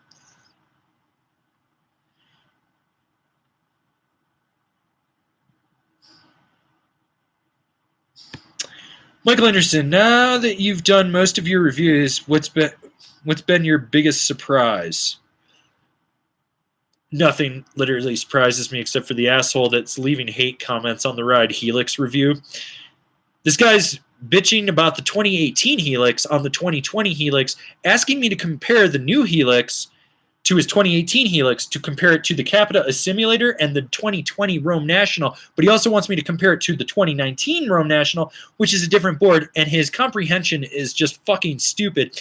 And I tried to tell him, I was like, dude, you can't compare a simulator and a National to the Helix. Like, they're just, you could probably compare the simulator to the National, but barely. They're all three of them are different boards that fall into a different category.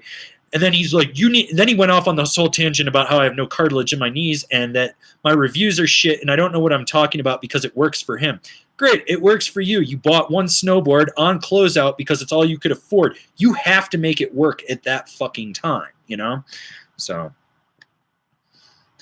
Gerald Clifford with the, holy shit, 100, Jesus, Gerald, what the fuck, man? Dude, you support me enough as is, bud. $100 super chat. You're a streaming machine. Thanks for killing my Thursday. Keep on keeping it. Dude, thanks for the support. Keep on rocking down there in you're in like Colorado Springs or Firestone or something, Colorado. Either way, hopefully I see you up at the basin. I know you bought a basin pass. I got a basin pass. We're going to have a beach party at the basin at some point this year. So, oh, Kevin Hub is in the chat, people, and he's telling everyone that I don't have cartilage in my knee. False. According to the doctor, there is still some cartilage in my knee. It might not be attached and it might be floating around, but there is still cartilage in my knee. So, yeah. Let's see. What else we got going on here? Cy Wolt. I'm 5'5" and weigh 110 pounds with a size 11.5. Oh, Jesus Christ, man, you're not proportionate at all. I'm an intermediate park rider, and I ride groomers a bit. Any suggestions? Are you looking for more like a park board that can ride groomers? Because if that's the case, I'd say go look at like the Interior Plane Project Odessa, but that might be too stiff for you. I believe there's a Ride Kink Wide, the Worldwide Weapon Wide as well. You could get away with actually a K2 Bottle Rocket. Fuck all those other choices. K2 Bottle Rocket. Go look at the K2 Bottle Rocket. We have a review from last year up. Maybe it's 2 years ago. It hasn't changed. Go look at that. I think that will Ride bikes, drink beer. Man, do these live streams more often and get paid. Well, you got to understand. So the last time we did these live streams, we didn't qualify for Super Chat. I think we were grandfathered in as a partner, as a verified partner with YouTube because I signed up for it in like 2013 or something. But we didn't even have 1,000 subscribers, and I remember the first of that year, they were like, if you don't hit 1,000 subscribers by January 29th, we will lose your paid and everything. And I just hustled to get over 1,000 subscribers. And now I'm trying to get 10,000 because that's going to change everything. But my long-term goal is I want a Google Play button for this channel. I want the silver one, and I want the fucking goddamn platinum one. I will kill myself to get that if I have to, but I want that so goddamn bad. Bad Riders. For Sochi is my new send it call. Dude, everyone should be screaming for Sochi. I just find it like the funniest thing on earth. Linares, I ride a DOA, an Arbor Relapse, and an Arbor Cosa Nostra. I think my next will be a Donic. Really digging some of the yes boards, though. You got a solid quiver right there, man. You kind of covering like all bases. There's a little overlap between the Relapse and the DOA. Cosa Nostra is solid. I mean, Donic would probably be like your carving board, so there you go. B Kings, what board would you recommend for freestyle park progression? If we're going full freestyle, I think you want something with a very minimal camber to it, so you know how to load and pop with camber, but something that's going to still give you snap, or you could probably even do like a hybrid camber. But my first choice would be the Capita Simulator if it fits your needs, because that board is a little narrower in the waist, so those guys with bigger feet, it wouldn't work. But the GNU Finest would be another one. The Telos Chillum, because they revamped it for this year, that's always a solid bet. The DC Ply, cannot stress how awesome that board is for the price point. Plus, you can pick up a used one for like probably $200, or not a used one, but a last year one for like $200. Let's see. Scroll back down. Oh, we got some more here. Sulk Rube, what board is an upgrade from the Jones Explorer? I got back into snowboarding last season. I got the board to be a quiver one, looking to progress more, but don't know where my riding is going. If you stick with Jones, go to the Mountain Twin. That way, if you want to go a little more freestyle, you can. If you still want a free ride, you can with it. Otherwise, I would say like something like a Yes Typo, maybe a Capita Mercury. That might be a little more rad dad than you want to go. Basically, you want to look for something that's either twin or directional twin and has like a middle of the road or slightly below a middle of the road park flex, something that you can really progress with. So, Maria Merkley, I want to buy my boyfriend the 2020 War Pig. He is 6'1", 170 pounds, wears a size 13 shoe. Anyone have any suggestions for what size to get him? Get him, I want to say you want to get him the medium size. I think that's going to be the one, if not the small, but I'm pretty sure the medium is the one that you want to get him, Maria. Let's see.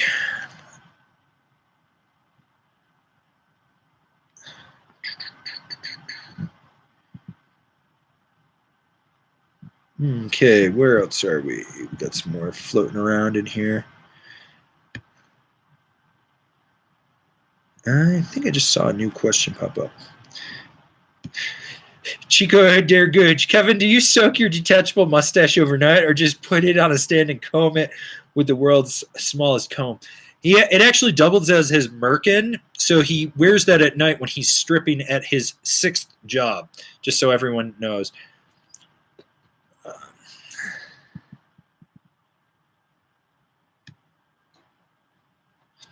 Wayne McKenzie, 230 pounds, 5'10". I'm torn between Lumberjack X, Super Pig, or your suggestion. I assume you're talking about a volume shifted, like all mountain freestyle board. You couldn't go wrong with either of those two. I would also say, like, if you're looking for like something a little more free ride, maybe a Yes Optimistic, throw that in there. It really kind of comes down to what you want out of it. But I mean, you're on the right track. We've got the reviews. You can always check those out. Let's see. All right. Let's see. I just missed something here.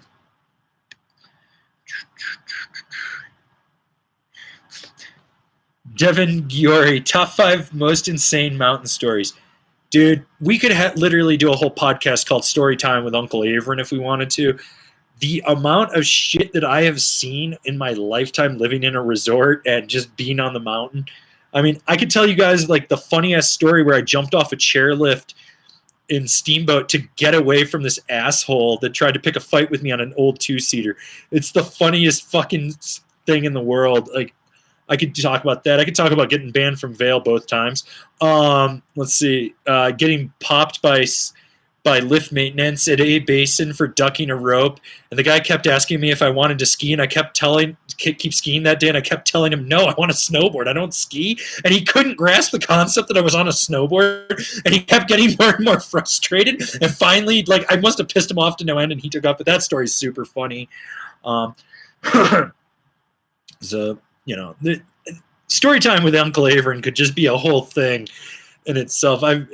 I could tell you guys about the time we completely collapsed a house and it had to be condemned, or the other time that I watched a house have to be condemned from a house party up in the Steamboat. Like, my life, I'm working on a book, just so everyone knows. Like, I've been putting a book together for the last 10 years on how to be a snowboard bum, but I keep, like, getting stretched too thin on other projects. I want to finish it because it'll be like my magnum opus of stories and shit. It's super funny. So, yeah.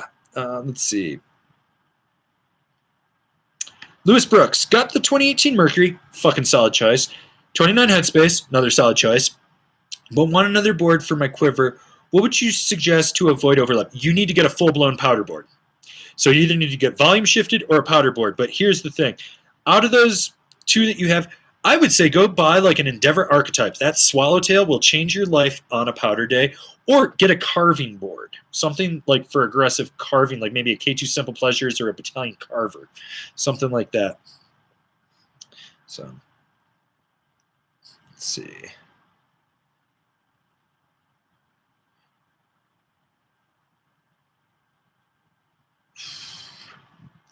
Kevin, aren't you supposed to be at work? Are you skipping work again? So, yeah.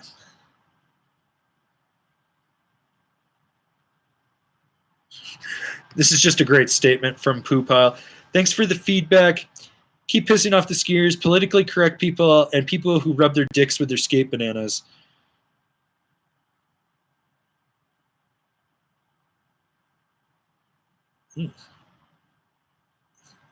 Just got a message from one of you guys in here. I think they're offering free hand jobs. I mean, you know, hand's a hand, right? So,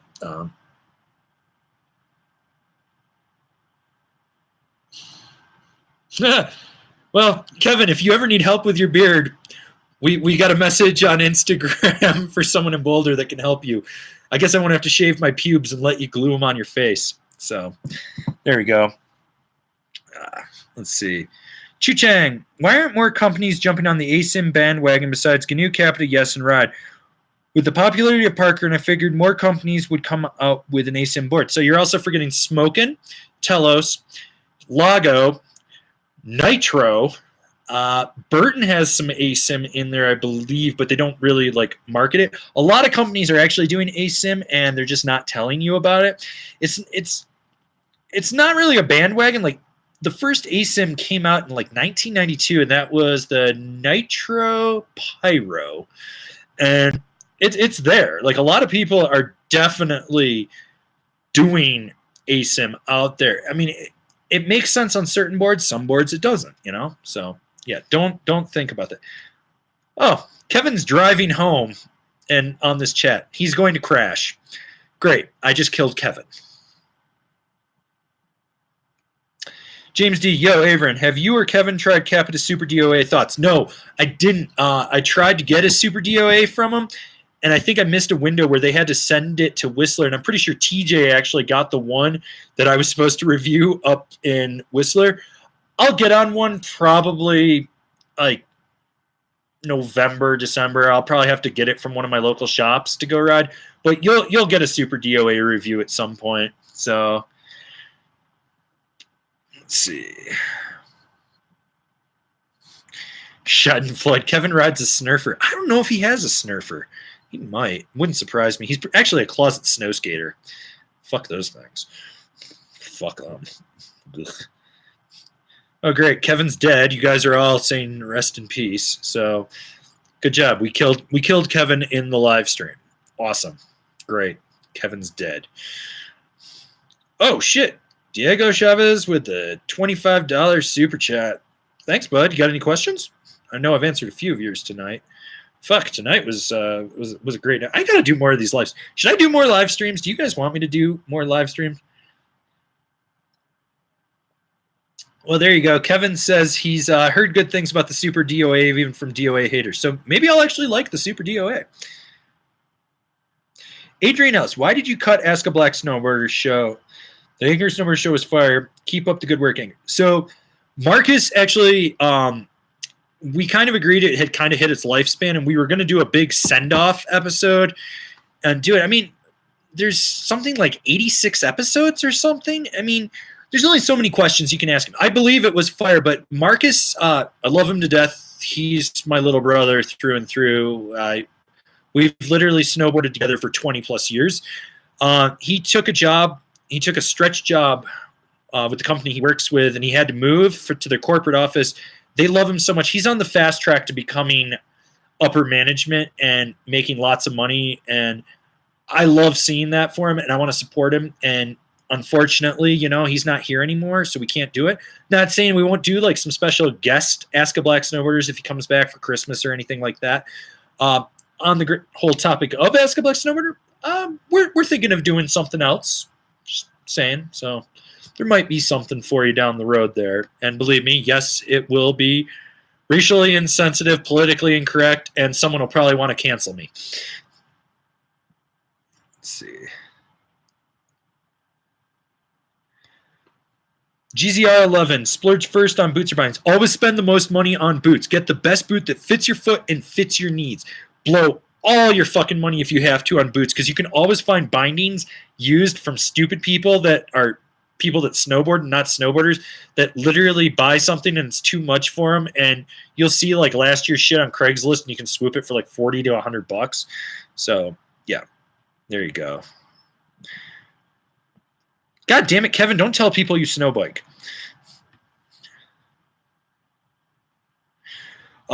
NATO the Potato, more live streams, although Mountain Standard Time is very out of sync with Australia. That is why I did 3 live streams today. I tried to hit everything that I could. I have no problem staying up later and doing a late night stream for you guys in the Southern Hemisphere, you guys in Europe. My goal in the future is to be able to do live streams at different times where I'll be able to do like a morning stream and a late night stream so it hits everyone. I mean, shit, man, I've been on this stream for an hour and a half already, and I got to work tomorrow. And I went to the gym today. Goddamn pain dungeon got me. So, let's see.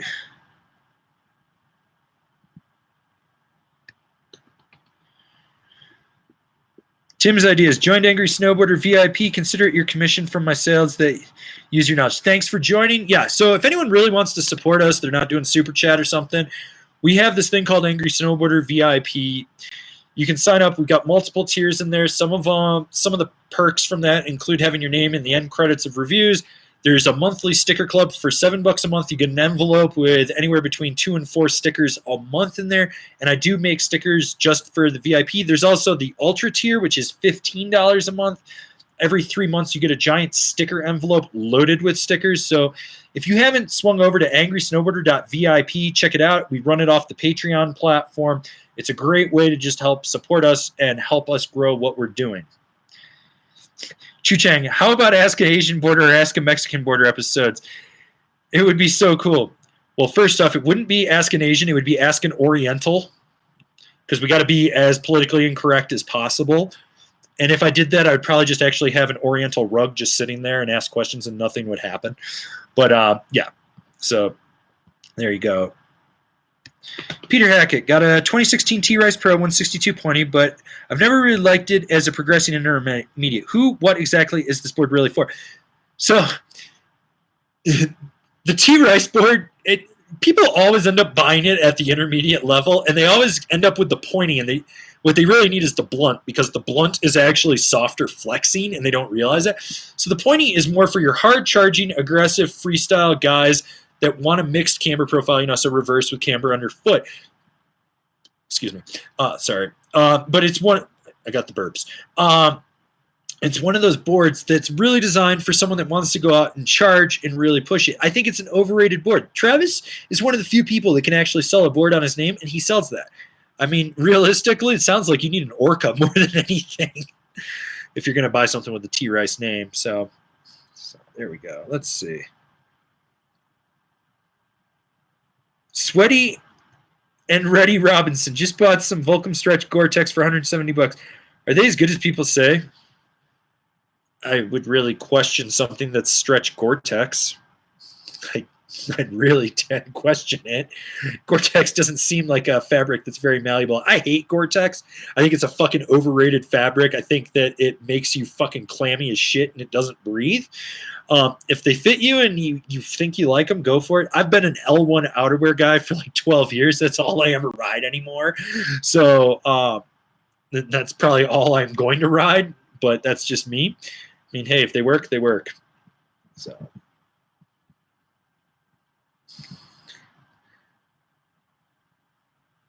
Oh, my boy Carlo Marasigan. Got here just in time for the Mexican-Asian snowboarder question. Just so everyone knows, Carlo is my old roommate. He has helped me on many projects. Dude is a bomb-ass photographer. His Instagram is at Carlo Barlow, I believe, on there. Everyone should follow him. Hot model. Sometimes he goes to war-torn countries taking photos. Love that dude. Love you, Carlo. Love the fact that that's right when you got in, since you know all how politically incorrect I am.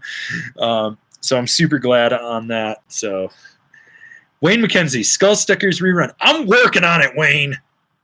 There might be something coming out for you next month. I got to see if I have this one image. If I do, I'm going to do it. But I've also got some other stuff I'm working on.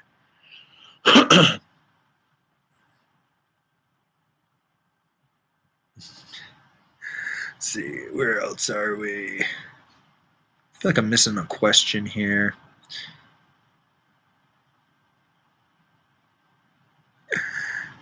Oh, let's see.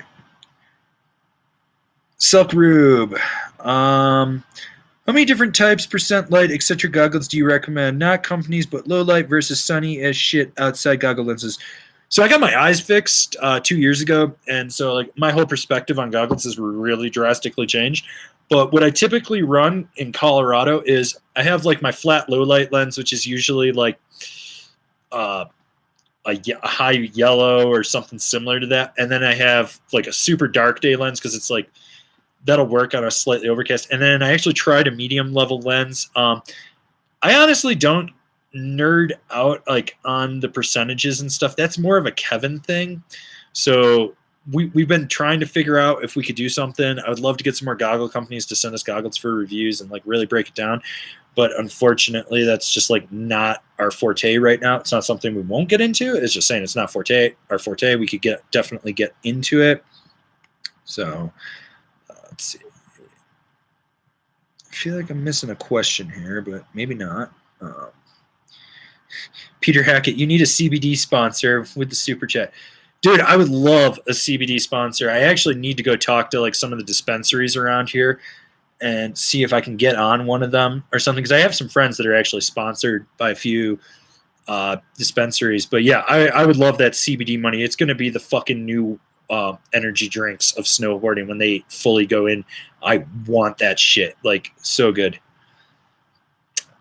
Chu-Chang, yo, Averin, when was the last time you snowboarded in Cali? Are you originally from Cali or Colorado? Is Kev originally from Cali? Okay, so the last time I went to California to snowboard was the Miss Super Park at Snow Summit. For some reason, Snowboarder invited me. Then they canceled my invite like 2 days out before it was supposed to happen, and I went ballistic on their marketing person and told her to suck a fart out of my ass.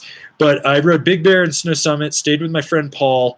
Awesome dude, love that guy, and just rode Big Bear and Snow Summit and just had an actual vacation. That was, I want to say like almost 10, probably 8 to 10 years ago.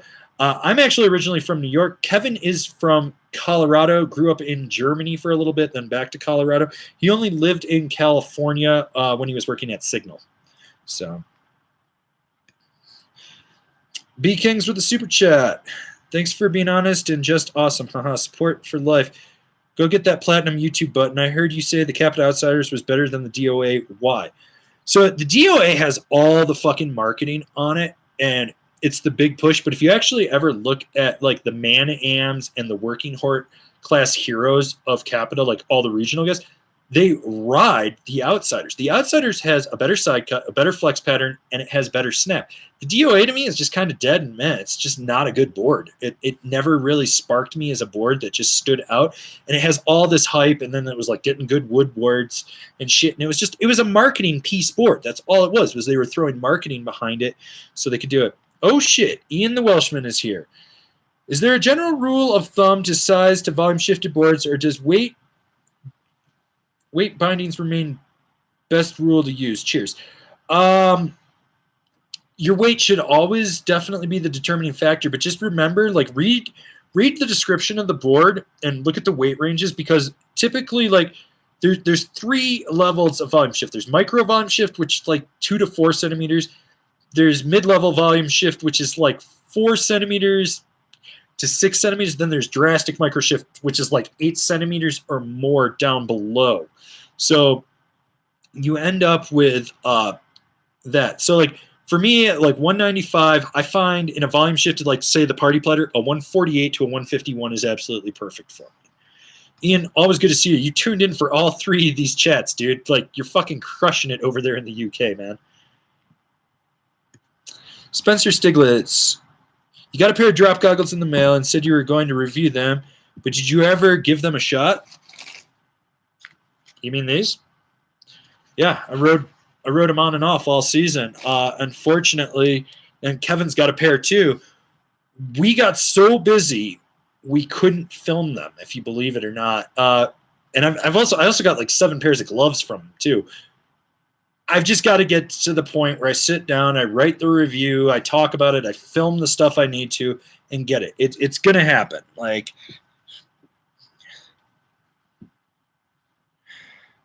Tim's Ideas asks, you said on your morning stream you were looking to hire and expand the team. What kind of people or skills are you looking to join the team?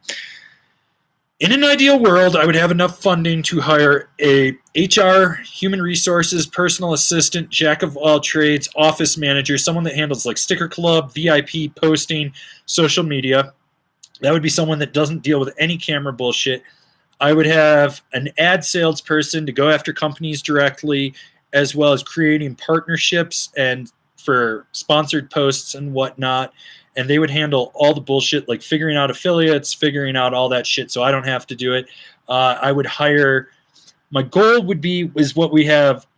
There'd be 2 tiers basically, or 2 levels or whatever. So I'd have like the year-round employees that work with me, and they would be doing podcasts and stuff like that, and they'd be on the camera, or they'd be a research assistant researching topics. Because I don't know if any of you guys know who Philip DeFranco is here on YouTube. He does a news show. I really like the style that he does stuff, and I would love to take like what I used to do with Last Week, This Week, kind of mix it into his style, and The Daily Show, Jon Stewart, stuff like that. Bring it back, do deep dive topics, but where I'm talking about both sides of the perspective and then giving my opinion on it. And it would and we do that, but I definitely need like a research assistant for that. And then I'd have the review people that would be on camera, and then I'd have jobbers.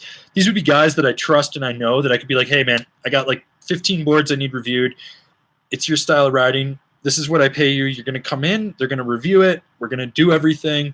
And then you literally don't see them for like 6 to 8 months, and then they come back and they do it, like they're kind of like my seasonal employees. So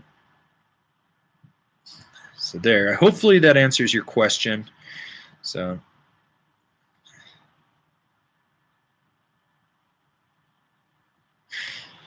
Linares with the super chat. Need a favor. Can you let J. Crew know I bought his Pow Mau Pass this year since my dog ate his house? He's in the chat. Hey, J. Crew, Linares bought your Pow Mau Pass this year because his dog ate your house. I assume that's an inside joke. I don't really know. Kind of funny. So yeah, hopefully that answers your question.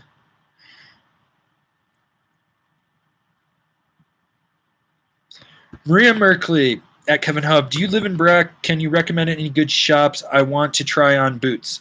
So Maria, you can check out Underground, Mountain Wave, Base Mountain Sports in Breckenridge. Those would be the three. There's also a Christie Sports across the street from Base Mountain Sports. You could go in there as well, though the selection is kind of limited. If you're in Summit County, I would also recommend Gravity Board Shop out at Copper. There's Mountain Sports Outlet in Silverthorne. That's probably the biggest shop with the biggest selection. You can check that. There's Ski and Sun just up the street, as well as another Christie Sports from Mountain Sports Outlet in Silverthorne, Dillon area. You could definitely check out those, but I'm not sure how good the staff is at those locations. Chutang, I love the Angry Snowboarder sweatshirt that has the Synthwave 80s logo theme on it. Is there a big 80s Synthwave culture hitting Colorado too? I hope the Synthwave culture hits snowboarding too. No. Okay, so people love that sweatshirt, and I ordered a ton of them, and I sold fucking one. No one wanted it until I didn't sell it again, and I would love to bring it back, but it's not going to happen. As far as the 80s Synthwave, I've run into a few people that listen to it out here, but most of them are just like bass nectar heads, which means they do lots of drugs and just listen to shit going, which is just the fucking worst shit on earth. I would love to see more synthwave in snowboarding. I think its day is coming where they will start using it in edits once they get rid of all this weird garbage-ass rap, or what they call rap, because it's not fucking rap. But so there's that. Diego Chavez. So I'm sold on the review you got for the train record. Going to get the 2020 because I love the artwork, but was wondering if I should get the 154, 56 wide, or 57. I'm 5'9", 190 pounds, 9.5 boot, 34 waist. Well, I didn't need your waist, but okay. You don't need that 56 wide. At a 190, I'd probably get the 157 if you're going to use it for all mountain use. I think the 54 would be a little too soft and playful for you, unless that's what you're going for. If you're looking for something that's a little more buttery than the 54. So, let's see.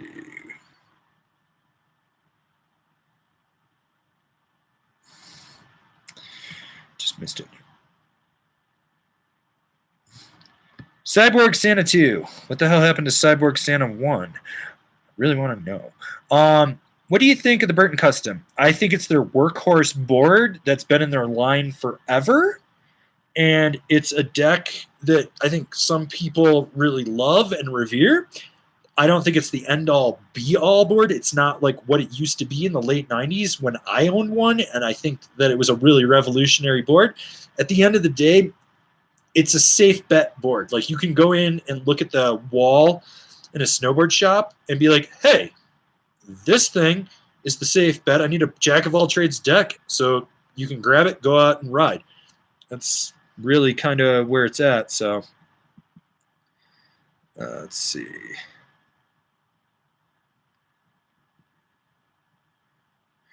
Carlos Henrique. When's the 2020 Endeavor Archetype review? I actually didn't review it. Not going to. It has not changed. So if you've seen the old review where I was concussed out of my brain and kept calling it archetype or archetype, I kept saying it fucking wrong because I was concussed as shit and could not pronounce it. So if you've seen it, it's there. So yeah. Oh, sweet. Thanks for the $10 super chat, Carlos. Super stoked on that. James McElroy, was there a time you used to like Never Summer Birds? There was. I mean, you can go back on angrysnowboarder.com and find the actual reviews. Then you can also see right when the time changed, when I started calling out, when they started changing the RC tech from the original to like the 2.0, you can see where I started pointing out that it wasn't as good. It was doing this. And that was also the time when they were starting to basically bribe internet influencers to promote the brand in snowboarding on various snowboarding forums and media entities. And they started listening to a bunch of people that ride 5 to 10 days a year versus me. Like, they literally took the word and advice of a guy that rode 10 days a year, fucking locked up and just looked like a goddamn refrigerator turning. He never carved. He skidded all his turns. They took him over me for feedback because he was a yes man and he just kept wanting to get free boards. I mean, dude, there was a time when I was working with Never Summer, I was getting like 40 boards a year that I just got to keep. And I was just like, well, do you want them back? And they'd be like, no, go do what you need with them. And I was selling boards for dirt ass cheap to all my homies and shit. And unfortunately, that company, between its morals, its ethics, and how they run it and how they don't progress as a brand. I mean, they're still using dated technology. Their boards are still heavy and wet. Like, you'd think in this day and age that they would use better fiberglass, that they would use less epoxy, that they wouldn't charge you $80 more for a premium top sheet when it's a rental top sheet that's actually cheaper than a gloss top sheet. You would think that, but they charge you more for it. It's kind of bullshit. So, yeah.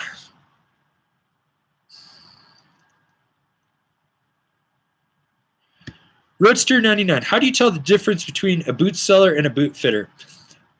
Tell them that you have some weird fucked up issue with your foot and that you're going to need it corrected right away.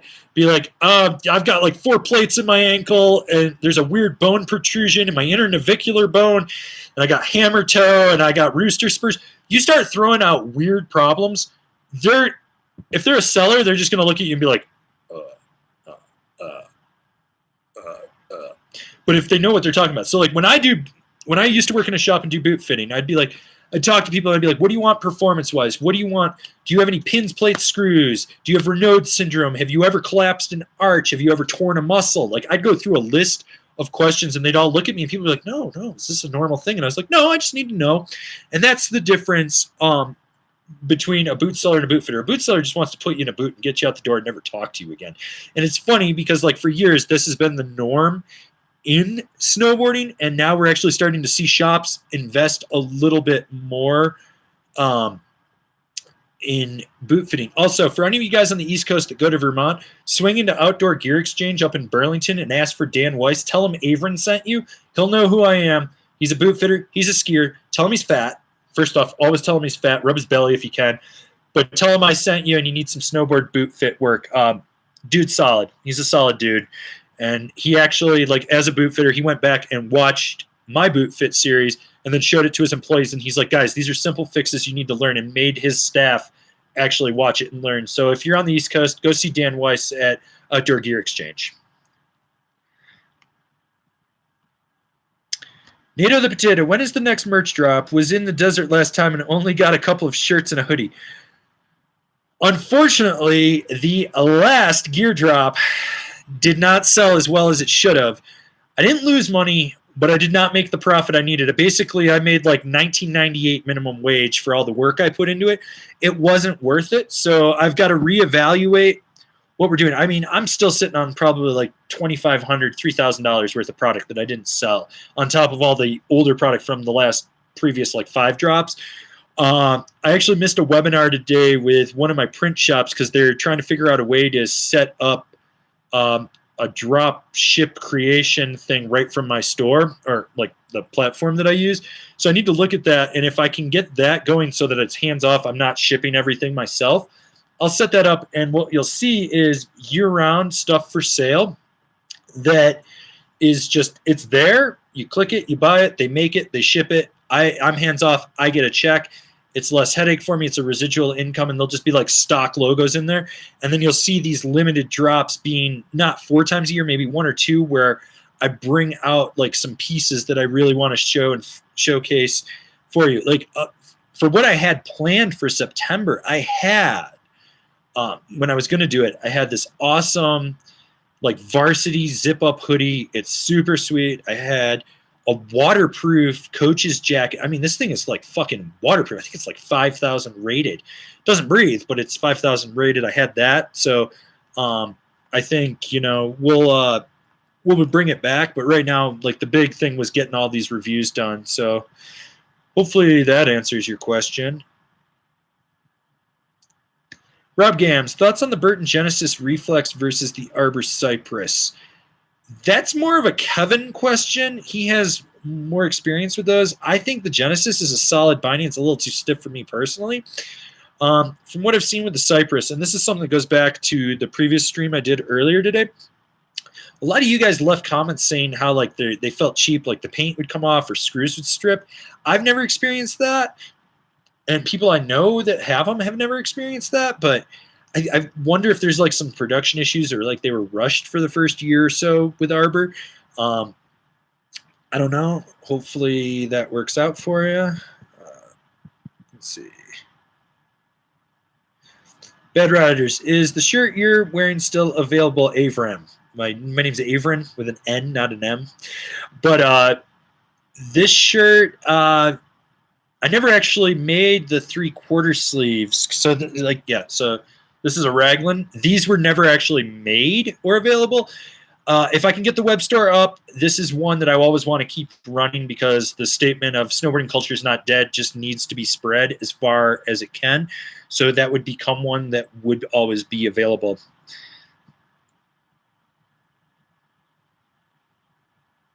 Let's see. Carlos Henrique, lots of directional 2020 boards. Is a new trend coming? I think we're getting a bit away from like the whole rocker reverse camber craze, twin boards, and we're going back to like surfier slashier boards. Everything kind of comes in waves, and I think this is the next direction, like party boarding, slightly directional boards you can ride everywhere. Chu Chang, yo Kev, when are you going to do switchback binding reviews? There'll actually be a Heldor Pro switchback review dropping when I finally edit them, but I wrote it, not Kevin. Johnny Snipes, hey, late night live. Yo, how's things down in Denver, Johnny? Let's see.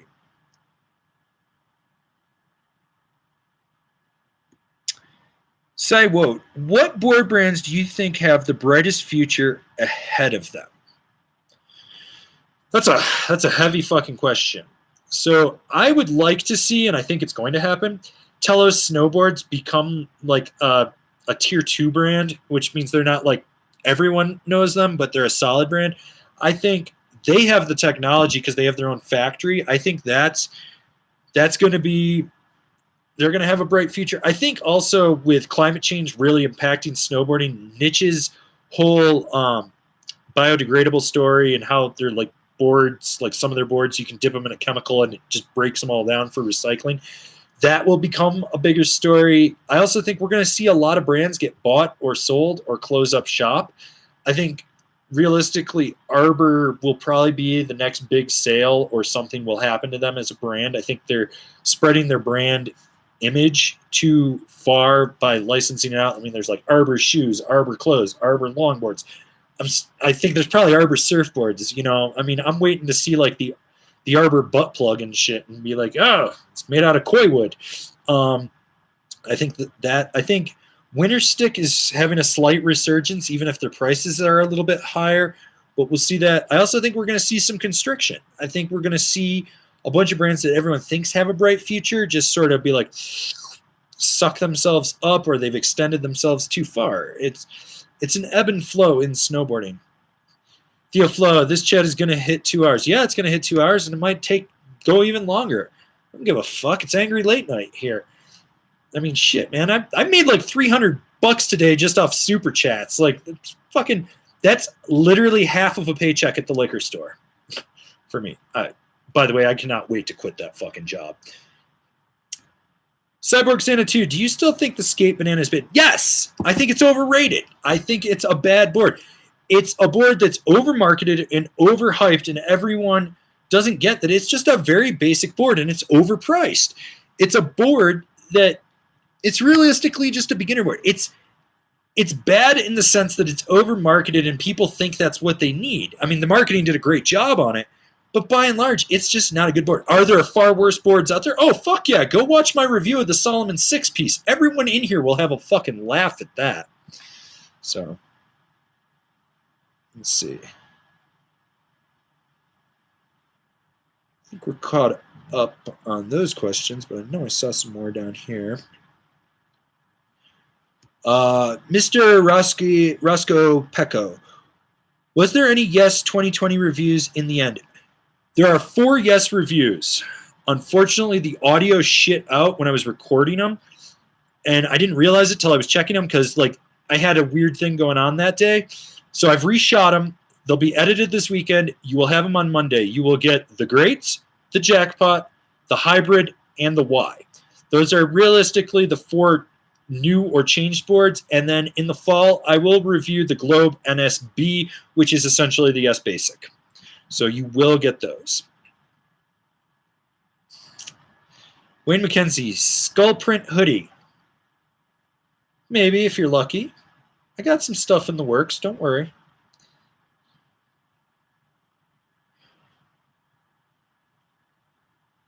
Let's see.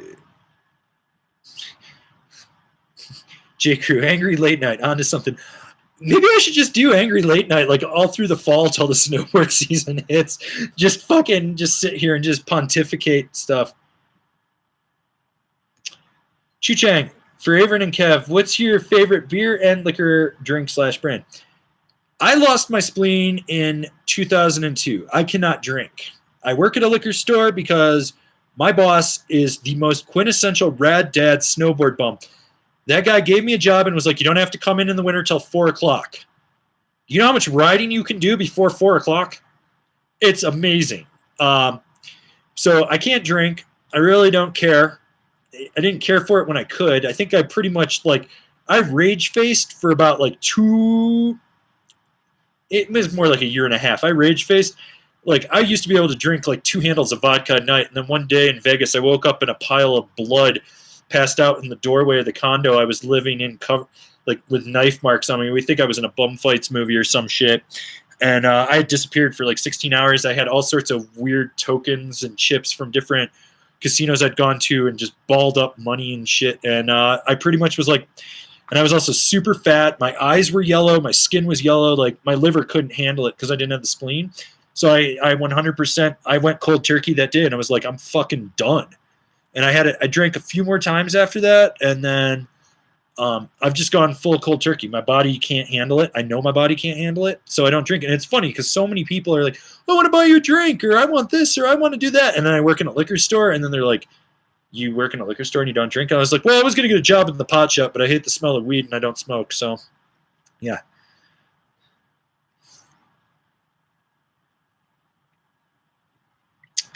Earth Circ, 2020 GNU Money, new twin shape. Think it can handle aggressive riding. It's not designed for aggressive riding. It's really not. It's a jib board. It's a jib board with a little bit of snap to it. I mean, it's essentially a skate banana, but they changed the marketing on it, and it's not as aggressive as a reverse camber. No, that's not what you want if you're looking at a GNU. I mean, there's better boards in their lineup for aggressive riding.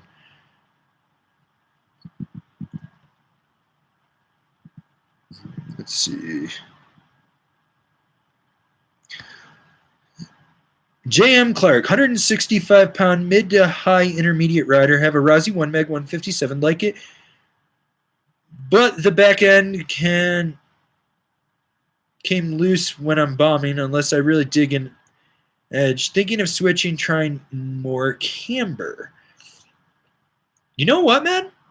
Go check out the LibTech Hot Knife. It's their C3 camber profile, so they say it's got that reverse between the feet. It doesn't. It's fucking flat. It's camber 2.0. Go check that board out if you want to get something a little more aggressive that really holds in. Plus, it's got the magnet traction that works. That board is phenomenal. So, Rob Gams, Averin, is there an Iguchi Pro camber review? Kevin might have done one. I can't answer that one. So.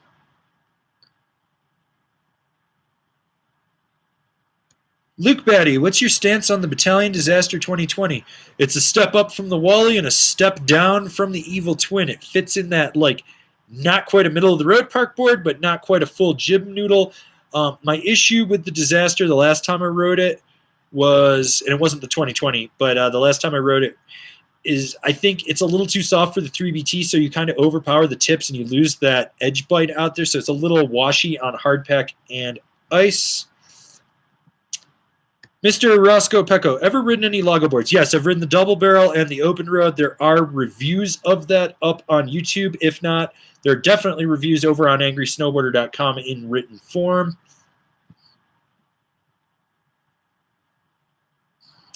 Mike S., how much speed and pop do I need to clear your mom's gap? Not much. She's 75 years old, and we were all C-sections, so that shit has never been stretched out.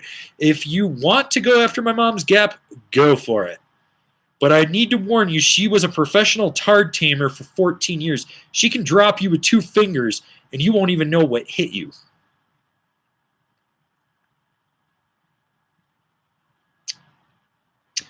Roadster 99, do you have a favorite manufacturing factory country? I actually prefer stuff from China. I know a lot of people are going to hate me for that, and anyone that watches this after the fact is going to be like, pro-America, America, fuck yeah, I need American-made boards because it's creating jobs for snowboarders. No, it's creating jobs for Mexican laborers that don't snowboard. My favorite factories right now, in no particular order, but it would be GP87, K2 Ride, and Mothership is solid as well when they're on point. Those would be my 3. In the sir, if you're the man, appreciate all the reviews. We just used them to buy my son's new rider's choice. Thanks, man. Night. Dude, stoked actually helping people. Something that I always struggle with, knowing exactly if I sell product or not with all these reviews. So, yeah.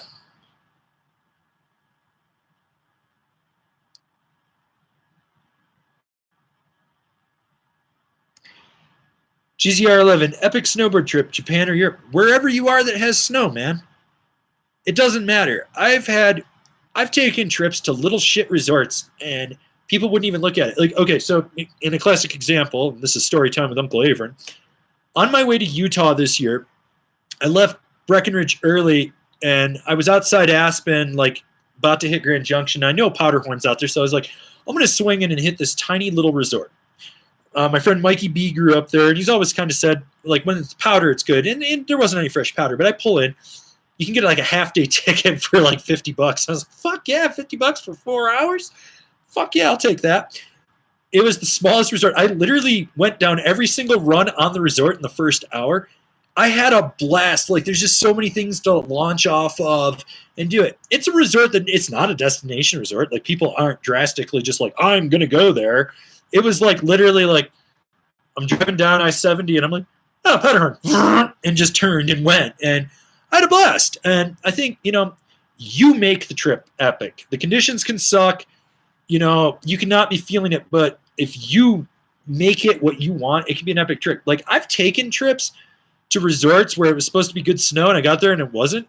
And I just fucking had a blast. I mean, dude, anytime you're on a snowboard, it's got to beat like working in the office, dealing with the wife and kids, just sitting on your commute to work in traffic, listening to our podcast, bitching and moaning because you're listening to our podcast and the audio is shit. It's one of those things, man. So, yeah. Let's see.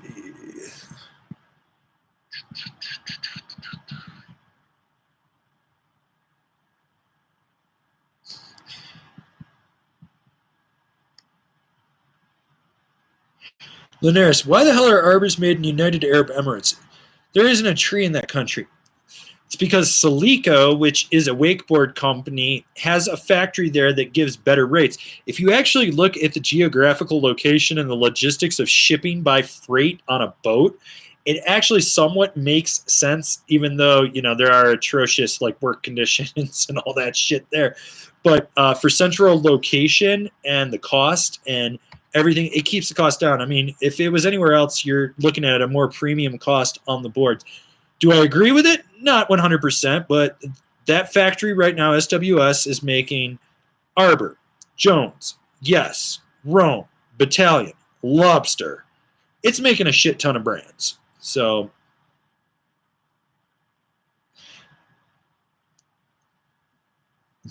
ooh, Black Betty, you want some big black cock, 100% woman? Is that she-cock? Are you transgender? What are we talking here? Mouth to mouth, right?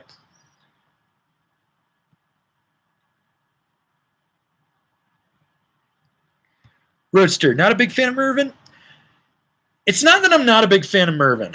My issue with Mervyn is their marketing and how they're a marketing hype beast. They're a hype beast brand. My other issue is their boards always look rough finished. If you ever compare a board to China or Austria and you go and look at it, it's got that rougher finish. It's got like that rougher belt finish. It just looks rougher. And when you buy a board, I mean, it's like if you went to a car dealership and you were buying a Honda Civic And they had one that was waxed and detailed and looked nice, and they had another one with sun fade on it. Which one are you going to gravitate to? I know it's a visually aesthetic thing, but that's kind of it. So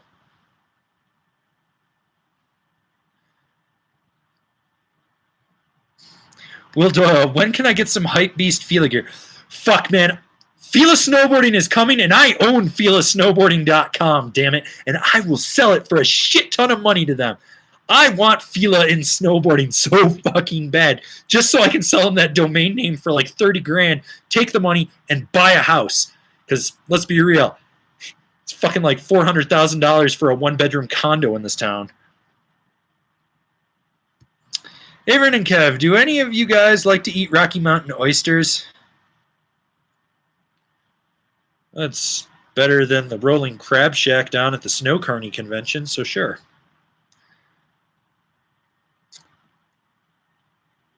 Johnny Snipes, thoughts on Academy boards? I love Chad O. Chad O is an OG. He's a real rider. Like, I mean, dude, there was years at Breck where if I wasn't first in line, Chad was in line. And if I was first, Chad was right behind me. Like, Chad is a rider through and through, and I have so much respect for what he's doing. I don't like the fact that they're being made at Never Summer, and he's pushing the American made and this and that. But if you ever wanted a cambered Never Summer, there you go. He's got that. I actually do need to get on some of his boards. I flaked a little bit with the product reviews because I needed to get the brands that are harder to get, and Chad literally lives like a mile away from me, so I can swing over to his house and grab boards. So I've heard good things. So Ramon Lozano, are you guys going to review any of the more common Burton boards found in rental shops like the Processor Custom? We'll see. I got to talk. I don't really know who to talk to, but I do need to talk to Burton. We lost our local rep force, so I don't have my usual connections anymore. So if I can, they're definitely on the list. I'm going to do it. Jeffrey Chin. Hitting Japan next year. Should I bring the Endeavor Archetype or the Orca? Both. Both. Bring them both.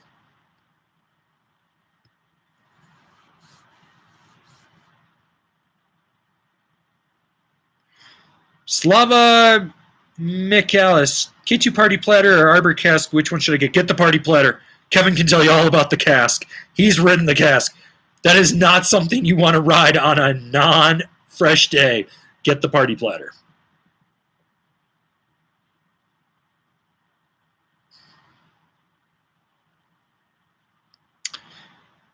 Daniel Chivo, what do you think about more advanced edge technology, example Magnetraction? Okay, so I actually owned, when it came out, a LibTech Dark series with Magnetraction. They only made 150 of them the first year. That shit was so crazy, and it was camber too. That was the crazy thing. It was so crazy aggressive. Like they came out with this Magnetraction that was like this, and they've mellowed it out over the years so that it's not as aggressive and deep. So it does grip. I'm more of a grip tech fan from Arbor because it's right underfoot. Like anything that's reverse or rocker, depending on how much rocker it has, you need added contact points right underfoot. And any company that does it and gives you just like where it needs to be, like right where the inserts is, that's what you want. It's when you go to the furthest end of the spectrum and just like crazy do it, it doesn't always make sense. But it's not a gimmick. It does work. So there you go.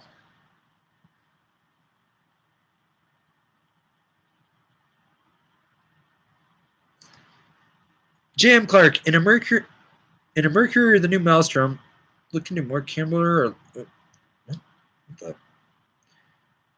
I don't understand that question. Next.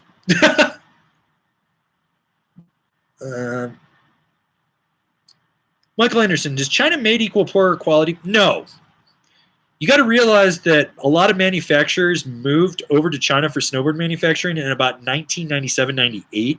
So we're talking 20 years of them perfecting it. If you actually look at like stuff that when K2 first moved over there, it was cheaper. It was a lot worse. If you look at it now, you're like, wow, this is actually really solid.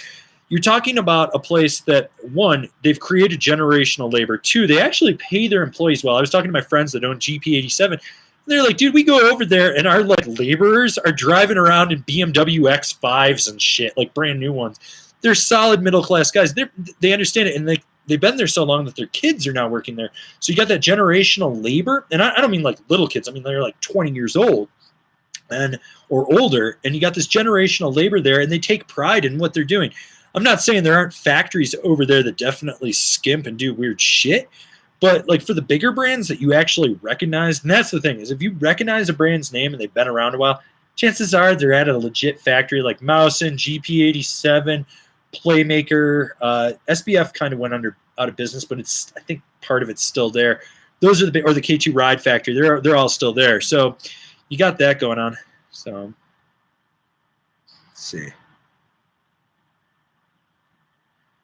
Sidewalk. And which brand is the worst for the money? Gilson. It's over fucking priced. It's a hunk of shit. Like, oh, we're American made and we got all this new fucking tech. Their boards are straight fucking garbage. Garbage. Poopile27. I've only snowboarded in Michigan. Where should my first trip out west be at? Just about everything out here in Marharland.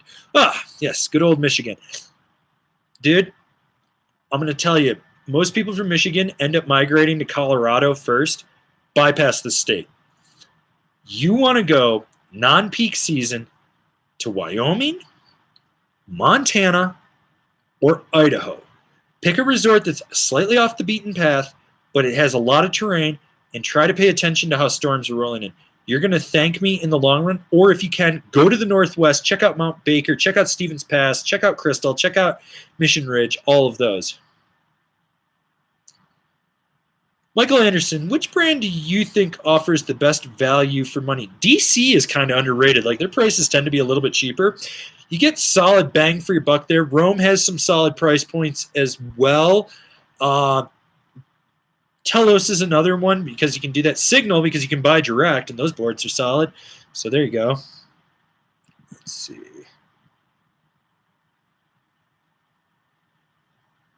Damn, you guys are having a whole conversation down there. What do we got here? Kevin, you're just taking over the whole chat in there, bud.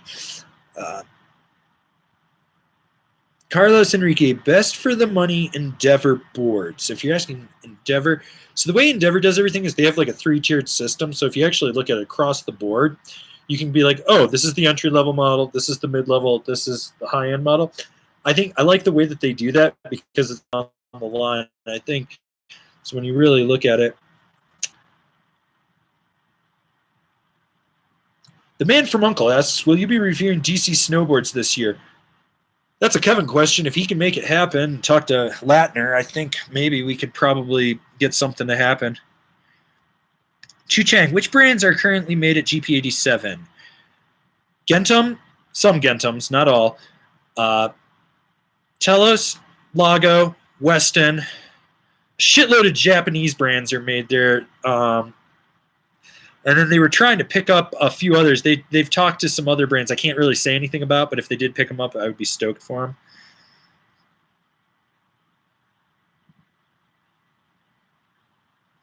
Jorge Morales. Kevin, you doing all the usual binding videos for 2020? I rode bindings this year, everyone. I rode like 12 or 14 bindings. You get me. And Kevin. Cyborg Santa 2, what will it take for you to ride a Gilson board? I have 2 sitting literally right over there. We'll do a video with them at some point. I traded a 5-pack of Yingling beer for them.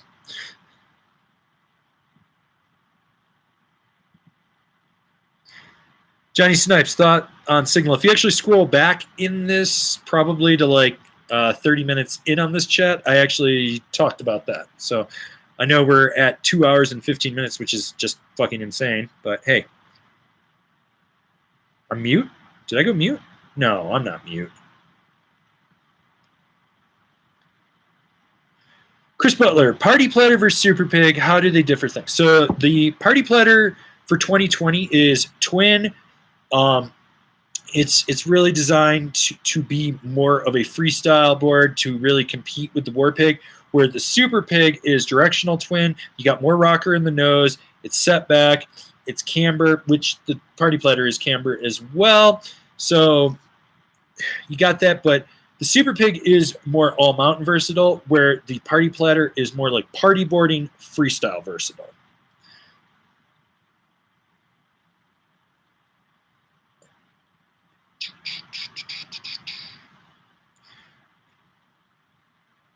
Okay.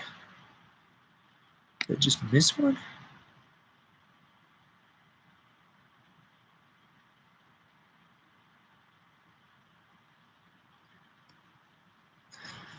Linares, my buddy got me to buy a ride timeless in 2000 to learn to ride on with K2 step and bindings. Oh, I remember that beginner package.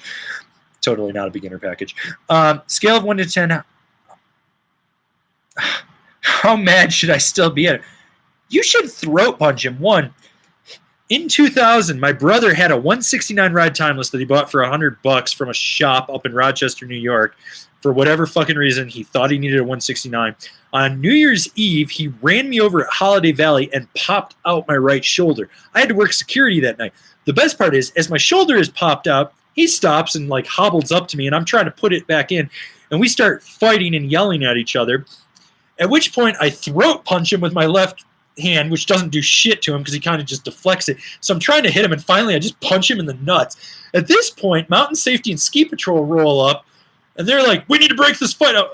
Averin, is that you? Yeah, Carl, it's me. What's going on? He ran me over, my shoulder popped. Do you need medical attention? I'm going to get it in and kick his ass. And so he's sitting there, and he's like, oh, okay. And the other two guys that are with him are like, what do we need to do? And Carl looks at him and goes, we're just going to go away. And they like, Ski Patrol and Mountain Safety just sort of skied away. And my brother and I are just sitting there like tussling, fighting the shit out of each other. And we get to the chairlift. And like, of course, we got to ride a chairlift together. And as we go to get on, I was like, hey, here's a package to Bangkok, and I just punched him right in the nuts as we're getting on. So he's like, trying to get on the chairlift.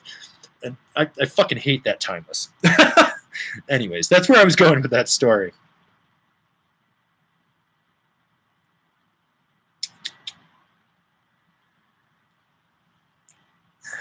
Cyborg Santa 2, Deep Thinker or Kazoo Pro? Kazoo Pro, hands down, every time. That board just slays it. Go check the review. You'll enjoy it. So.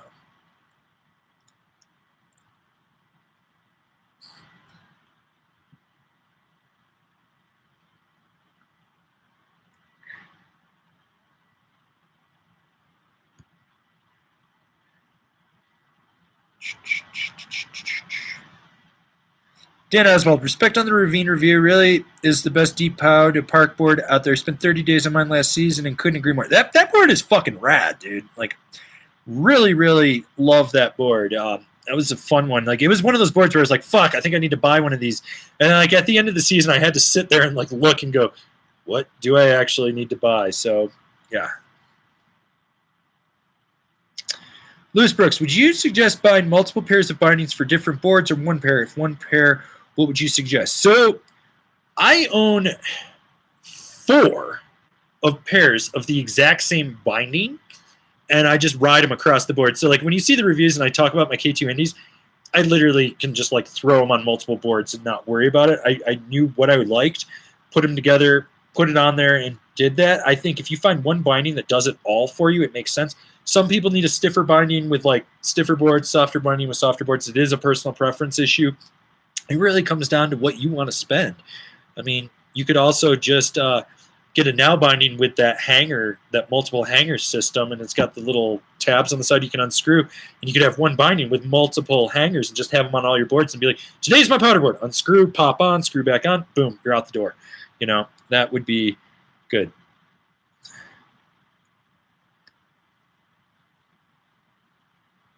Chris Butler, how rad would it be if Illumafly came back? It wouldn't be fucking rad. Fuck Illumafly. Fuck Illumafly. I fucking hated that core. Like, metal cores do not make sense. They bend. They don't rebound at all. Yeah, cool. Oh, we made a lightweight fucking board. Oh, yeah, I hit a knuckle, and now my board is bent like this. Happened to Marcus at the U.S. Open up in Vermont one time. It was fucking, ugh. Michael Anderson, what's your opinion on Rosenall? I read they were more of a skiing company and their boards seem perhaps expensive. Worth the money? They actually have some of the most price-conscious boards. If you actually look at it, like the Gypso is like $360. The big thing with Rosinal is you got to realize that they've been making snowboards since '87, so they're actually one of the older brands making boards. You'd think after 30 years they'd know how to make a snowboard. I actually really find them to be an underrated board brand that's having a slight renaissance these days. So that's always a good thing to see, like brands that are having renaissance, but their boards are solid. Just don't ride their fucking bindings. Do not ride their bindings.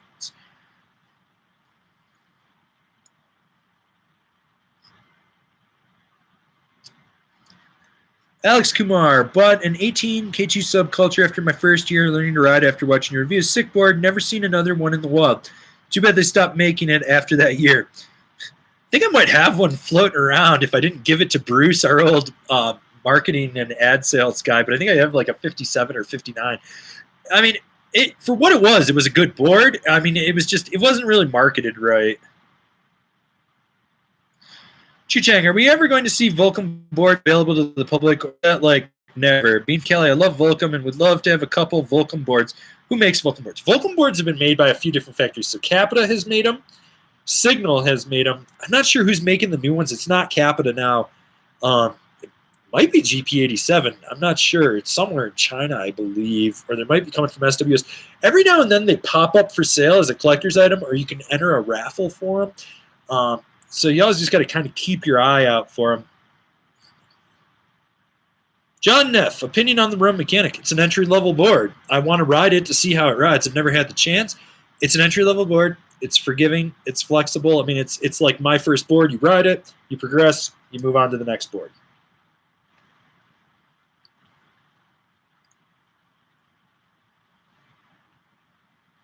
Lunaris, yes, Powder Hall, effective or gimmick? Seems like if you snag a rock, your base is done for. I don't like the powder hull. I think it's too defined, and in heavy wet snow on low angle, it packs in there, and you just sort of like come to a dead stop. I've ridden the 420 powder hull and the 2020, and that's something that I've noticed on both of them. I think they revamped it for this year. I got to talk to the rep. He didn't have one for me to test, but I'd like to get out there and see. So, yeah. We're missing one. Did I miss any of that? S1000. How long does it take you to get used to a new board shape profile when you're reviewing? If the board's built right, 2 laps. 2 laps and I know what the fuck I'm on. Sometimes it's even 1. Like, I can get on it and go, okay, this is what it's going to do. But my laps are a lot longer than most people. So if you've ever been to Copper Mountain, you need to understand, like, the layout of the mountain. Like, there's a mid-mountain, then there's a top mountain. What I try to do is go take the first chair up to the mid-mountain from Center Village. Then I cut over to the Super B lift. So I get, like, a solid about 2,000 vertical drop, give or take. But it's probably about a mile, 3/4 of a mile to the chairlift. Then I go up and I get on Super B, and I will wrap around from the far east side of the mountain all the way over to the furthest west side of the mountain, then take the cat track back around to the Center Village. It's something like 2.8 miles on a snowboard. It's an absurd. It's an 18-minute lap. I know that much. It takes me 18 minutes if I point it to get through everything and get around, and that is it. Like, I try to say it's not the laps, it's the amount of vertical feet. So, like, when I'm testing at A Basin, there's a chairlift called the Pali Vicini.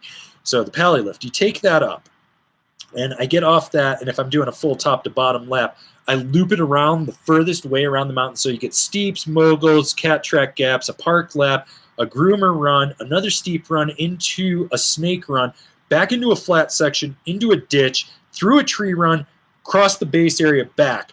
And if I do like 5 laps on that thing, though, I can clock probably close to like 12,000 vertical feet on it, and that's good. And then, like, I'll go to the backside of the mountain after that with the board and go see how it does in a wide open bowl and stuff. So you can really test it that way. You know, some boards I ride longer, some boards I ride less. Like, I can get on a board and be like, oh, this is what it's doing. Okay, that's easy. That's cool. That's done. Sometimes I get on a board and I'm like, what the fuck is going on? It takes me a while to adjust. You know, it ebbs and flows on the day, depending on what I'm actually riding. So hopefully that answers that question.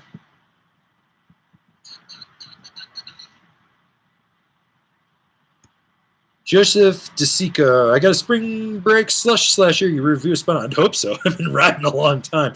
No, I'm stoked on that. Michael Anderson with the super chat. Thanks, bud. Super appreciate that one.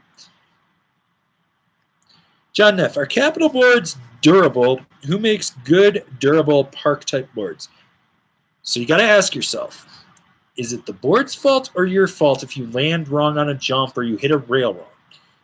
Anything can break in snowboarding. You have to take that approach and realize that your snowboards are tools. Like when you're working on a roof and you're hammering and your hammer breaks, are you upset at the hammer? No. You're like, I used it and it broke. It kind of happens. It's a utilitarian thing. So you have to understand that and go with it from there. I think Capita has some boards that are a little more durable than others. When they were doing those kiln drying cores, those tended to snap a little bit more. I think they've kind of worked away from that. But, so there's that. There's that.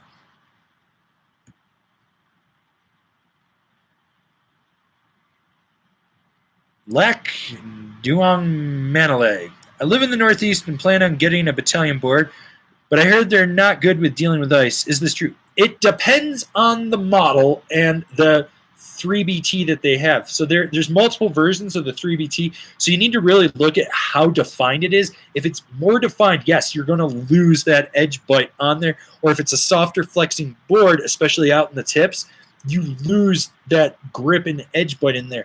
3BT was designed to help the board enter and exit turns. Unfortunately, sometimes it does too good of a job. Also, it changes how you ride. Like you're so used to riding camber and driving out at the contact points, it forces you to kind of drive more underfoot and steer it a little bit differently.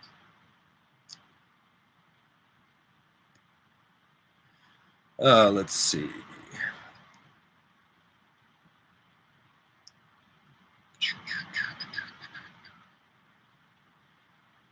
Yeah, I think we just nailed all those questions. J. Crew, thoughts on riding with lingering injuries? Okay, so I'm the king of lingering injuries. Like, I'm going to show you guys my wrist right here. Watch my wrist. I don't know if you guys can hear it popping. It's not the best video, but basically I dislocated this years ago, and this thing is still nagging. I've torn stuff in my shoulders, both my shoulders. I've actually dislocated both my collarbones, which is a super rare dislocation. So my shoulders pop out a bunch, dislocated knees. So take care of yourself. Always take care of yourself. Like these people that are like, I go open to close 10 days in a row, and then by day 3, they're fucking destroyed, but they keep hammering through. Always just have a rest day in there. I think taking care of yourself, stretching, hydrating, knowing your limits is super important and key. I mean, I rode 160 days this year. The season before, I think I only got like 67 or 72 days, something small like that, because I mashed my knee. Like I destroyed a whole shitload of cartilage in my knee, and my knee was just like loose and limp. So you want to make sure that you always take care of yourself when it comes to injuries. I can't go over that enough. If you've seen my top 5 ways to get in shape slowly for the season, that is a great precursor to getting ready for snowboard season. Alexander Taylor just got a sweet deal at Salvation Army on some secondhand base layers. Any advice on taking care of the massive skid marks? Bleach. It's what you use on your anus for your porn career. Why wouldn't you use it on your underwear?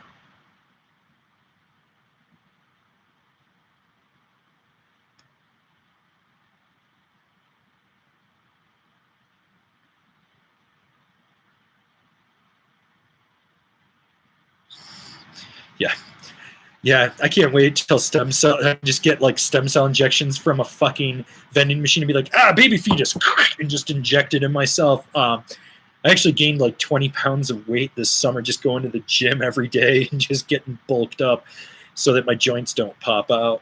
So, yeah. I like the fact that Alexander Taylor's porn name is Secondhand Base Layers. You can see him in Bleached Skid Marks, Volume 4, and The Anal Avengers of Anglo-Saxon America. Jesse Dennis, the man, the myth, and the fucking legend is in here. Just so everyone knows, Jesse Dennis is the guy that designed this logo for me. Everyone that ever bought one of these, bought a sticker or anything, owes that dude a fucking debt of gratitude. One of the greatest graphic designers I've ever had the privilege of working in, and just an all-around rad human. So shout out to Jesse Dennis, man. Love that dude. Linares Ninja Suit, best base layers ever, or definitely best base layers ever? I don't even own one. So there. Yeah, so there's that.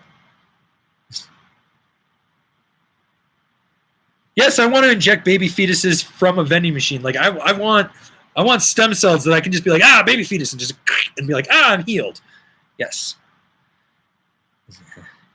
Jesse, are you drunk? Because you should be. God. Oh, Kevin, just so you can tell Austin, it seems to be about an 83% that say that he's a psychopath for going nude under his ninja suit, while there seems to be some people that like not wearing boxers under their ninja suit. So I don't know why you would do that, dude. And then your ninja suit moves around and you got your fucking skid mark rubbing up your back and you just spreading fecal matter all over yourself in there. Ugh. Just fucking awful.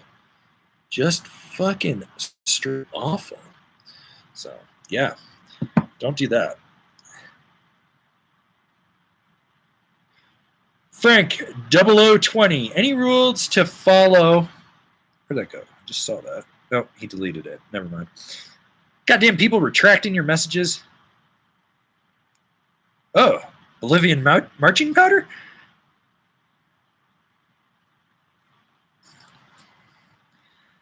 Bald is suit static. Is that even a thing? Like, I don't even. Is that even a thing? I don't even know. Who knows? Man. Holy shit, we've been doing this for 2.5 hours? Fuck.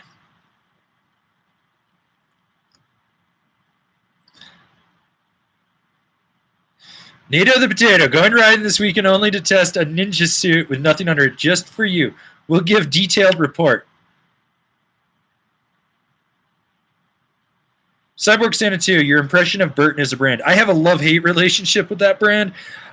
Some of the stuff I really love that they did. I mean, we wouldn't have a snowboard industry if it wasn't for Jake Burton and what he did. But at the same time, like, when they go and do these weird collabs and they want to be in, like, Nordstrom's and shit, I'm like, that's not snowboarding. I get they're trying to hit a different demographic, but, like, Burton, I don't understand this whole being an outdoor brand thing. Like, be a snowboard company. If you want to do an outdoor brand, launch a separate outdoor brand, you know? So, yeah. The man from Uncle, do you think Adidas are in the snowboard game for the long run, or will they soon do a Nike and run when they realize they haven't made as much money as they want?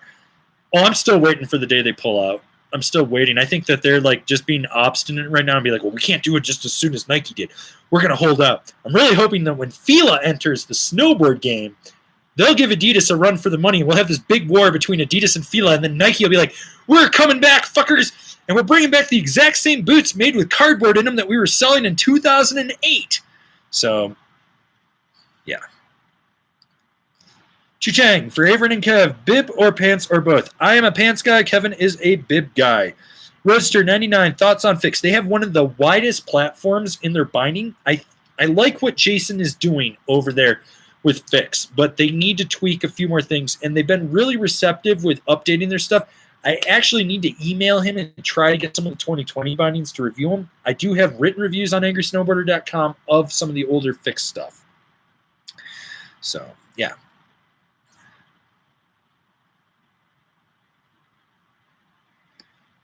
Estins 00. Best way to address binding cant without creating a Frankenbinding. I think it is hurting my knees. So if you've bought a binding and it's already got canting and you can't replace the foot pad or anything on it, the only option you have is to take your insole out of your boot and create an opposite cant pad. So you know your bindings are canted like this. Take the footbed and you want to cant it so it's like this, and that'll compensate it back to a 0. We do have the boot fitting 101 videos, so hopefully something in there will be able to help you with that. Jesse Dennis with the super chat. Burton blows goats. Go, Jesse, go. J. Crew, your mom is hurting my knees. Well, that's rough. Paul WB, so you hate 3-degree canteen, but okay with nitro teams? They work for me. If they work for you, go for it. I mean, I've ridden like the old teams that only had like a 1.5. 1.5 is about where I want to be. I really don't want to have to opposite camp my boots because I can't my footbeds just to compensate for my natural body alignment. So hopefully that makes sense. Linares, ICSY, why is this still a thing? Everyone I ride with that uses the system has to re-torque their bindings 5 times a day. They need to change their hardware if they're doing that. Like my archetype has never slipped on there, so there. Gee, just got paid. This should cover a Pocari suite. Well, sweat. So thanks for the super chat there, bud. Yeah.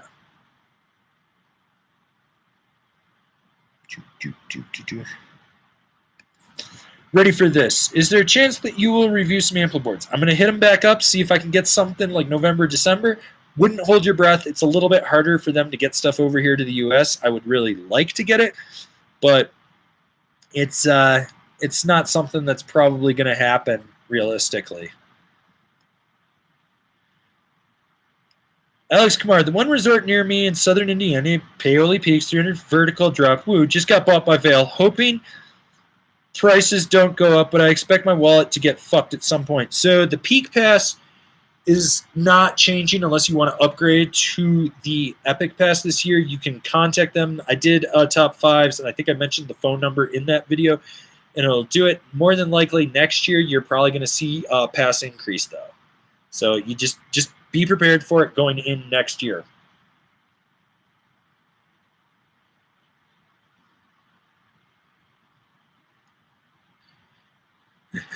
Nato the Potato with the $5 super chat. Buy Jesse a beer. Love my merch. Actually, I need to send Jesse some stuff. I promised him a while ago. Definitely got to do that. I've just been super swamped, but I'm going to do that. And I definitely will hook Jesse up with the cheapest alcohol prices in Summit County when he comes out to visit. Because he knows to only shop at my liquor store.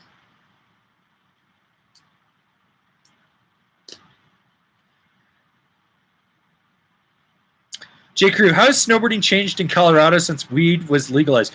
I got a lot more friends sponsored by dispensaries so they don't have to spend money on weed, which means they can spend it on other things, which means they're actually living a better lifestyle. That's really it. I mean, the weed tourism thing, it's here. I see it. It's usually older people, not kids, that are coming here and they have the money to spend. We see more reports of people eating too many edibles and being freaked the fuck out in their hotel rooms. Other than that, it really didn't change anything. So, yeah.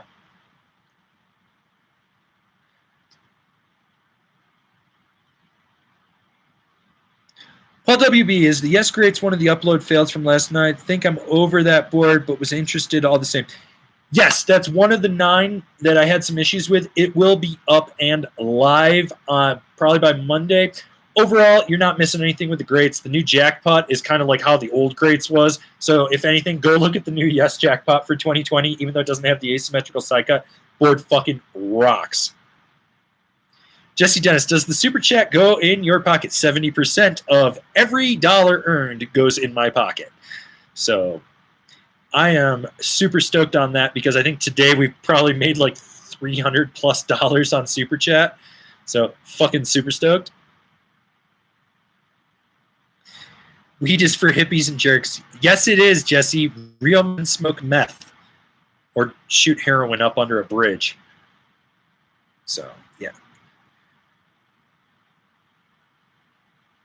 Chu Chang, for Avern, top 3 pros you looked up to. Kevin Jones. The day that he actually hit me up on Instagram and asked for an Angry Snowboarder beanie, I lost my shit and sent him the biggest gift package I've ever sent anyone. So Kevin Jones was like, when I was a kid, it was like, what would Kevin Jones do? Fuck it, let's go send this thing to Flat. Oh my god, I broke my feet, and that's kind of what it was. He is the only pro that I ever bought any pro model gear because of a name associated with it. So, yeah, Kevin Jones, super huge influence. But I did actually like Jeremy Jones, Gibber, J.P. Walker, like that generation of guys. Mikey LeBlanc, he was a rad dude to actually meet too. So you guys keep talking about this military pass and joining the military. You guys don't get it. Just marry some chick that's in the military and gets deployed. You get that little certificate or whatever, you're good. And you never have to see her. She might get blown up over there, and you can just live your life. Just don't get her pregnant.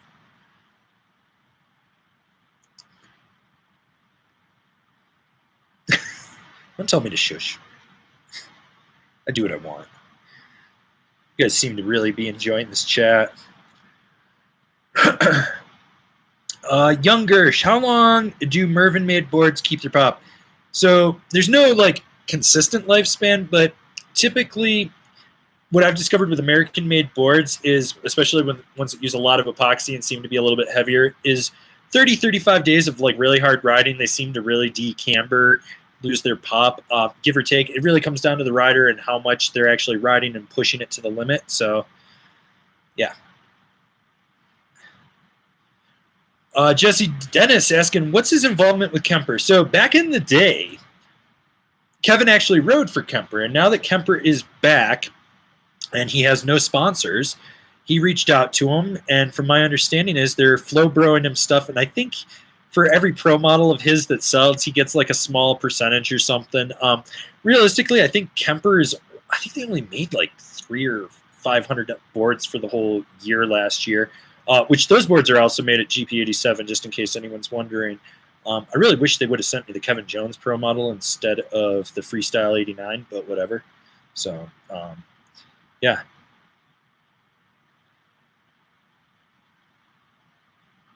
Sidewalk, my old Never Summer broke in way too fast and it got too noodly after about a year. Welcome to owning a Never Summer. Also, if you want a really good laugh, take it and put it flat against a wall and look at the RC camber profile, and I guarantee you the tail portion, the camber section, is less than the one in the nose. They always seem to decamber more on the tail. That was the issue that I had for years when I was working with them, and I kept telling them that, and they wouldn't listen to me about it. So, yeah, that's one of the biggest things I've noticed with Never Summer. John Neff, what's your thoughts on the Salomon villain, Daddy-O? There's a review up of it. You could always go over there and check it out. Actually, I like this year's villain. Like I've had a love-hate relationship with the villain in the years past, but this year's was actually pretty solid. I didn't really mind it that much. J. Crew, peace out. Me and Linares will buy you some tacos when you come to Palma this year. Thanks for all the work. Sweet dude. Yeah, keep an eye out. I will definitely have a post or something when I'm going to be out in Palma for a while. I'm going to go out there with Alan Russell and do some stuff. So there. Jesse Dennis, best fat guy board. Well, you bought a lumberjack. You know it works. I don't know. There's a bunch of really good like bigger boards out there. I think like the GNU Billet. Like it depends what you want. Do you want a charging board? What do you want? You gotta tell me what you want, Jesse. Damn it. Also, isn't it like 2 a.m. on the East Coast? Like, shouldn't you be in bed? Shouldn't your wife like? Is Truck Stop Jones keeping you awake, or is it Pope Roscoe? Which one of the dogs is keeping you awake?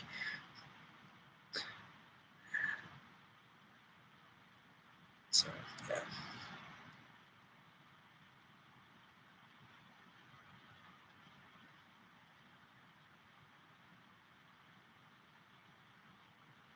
Jason, how can you not mention Devin Walsh in that list of riders from Forum? Because I've been live streaming for 2 hours and 43 minutes. This is the third live stream of the day. This is the fourth live event of the day if you count the preview chat that we did on the Super Pig review when it went live at midnight. And I put in a 17-hour day yesterday, and I've been to the gym today too. And I went and ate tacos. They were glorious. Young Gersh, if my Helix took 25 days to break in, does that mean I got another 100 days before it's dead? Sure. That board takes forever to break in. Like, you're solid. You'll get a couple seasons out of that thing.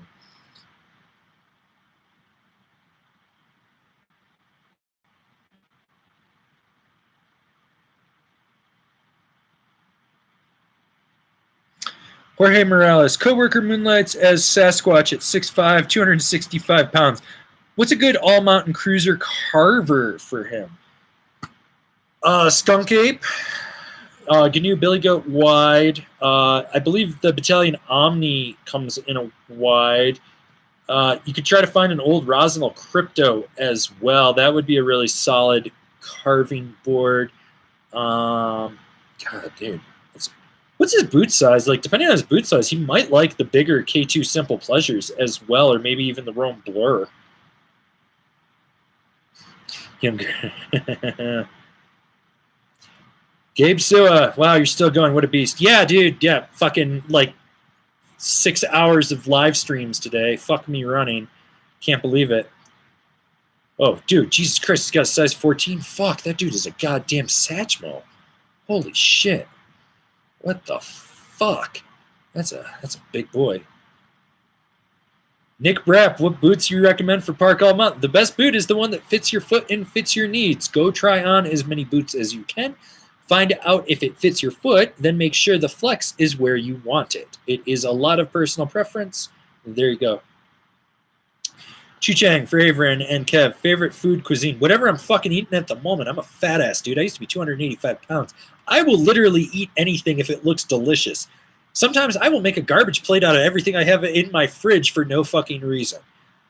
As I get older, I have refined my tastes, but I like a little bit of everything except sushi.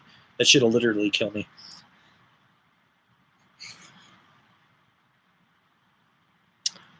Alexander Taylor, any thoughts on the Powder Alliance Collective other than it being a sweet addition to buying a pass at one of those resorts?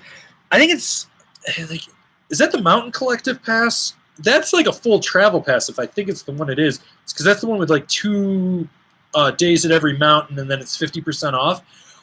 It makes sense if you're traveling. Like I see a lot of retirees with it. I've got a Basin season pass, and because they joined Mountain Collective, I get 50% off at any of the resorts on the Mountain Collective, but I don't get the free days. I think it's a great travel pass, like a really, really great travel pass. So, yeah, hopefully that works. MJV14, what are some good alternatives for the GNU Mueller? The Kapitakazu. Let's see. You probably want something a little bit stiffer and charging. You can also check out the Telos DST Freeride, the K2 Joy Driver, or even the Manifest. If the Joy Driver is too stiff, you might like the Manifest. No, I don't want to recommend that board. Let's see what else is out there. I'm trying to think. There's like a few good alternatives to that out there. The Nidecker Babs. That's a new one for 2020. You should check that thing out as well. Yeah, that's kind of there's a few good options for you. Gabe Sua, okay, try me. 5'5", 130 pounds. I like charging drops, pow, jumping off cliffs. Technology terrain and carving. I don't know what technology terrain is. Are you jibbing computers on the mountain? People seem to be putting screens on there.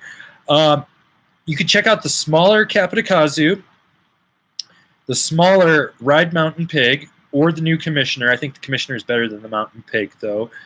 The Rome Blur. Let's see. The Battalion Omni would be another one. Or you could check out the one from Battalion as well. Let's see. GNU Mueller, GNU Billy Goat, Libtech Hot Knife. I think the Jones Flagship. The Yes Pick Your Line. Maybe even the Yes Ghost, although I didn't like that board. So hopefully that gives you some options there, Gabe.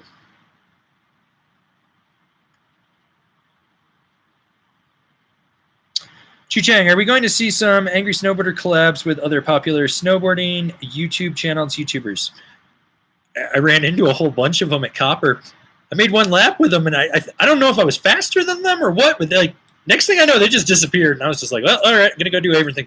Probably scared them a little bit. Like I was going in to hit the 32 rails, popped, came down a little too edge heavy. My toe edge hooked.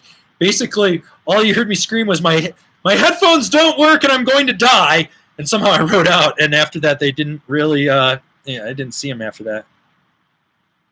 Gee, is the Orca really the board to end all boards? No. It's a great board, but it's not the board to end all boards. Sean Buckley, should I buy this year's sushi or last year's on discount? Get the last year's on discount. I think you'll be super stoked. Ooh, Jesse Dennis, single most exciting piece of snowboard equipment this year. Any piece of equipment? Exciting, huh? Ooh. What's really tickled my pickle these days? Fuck.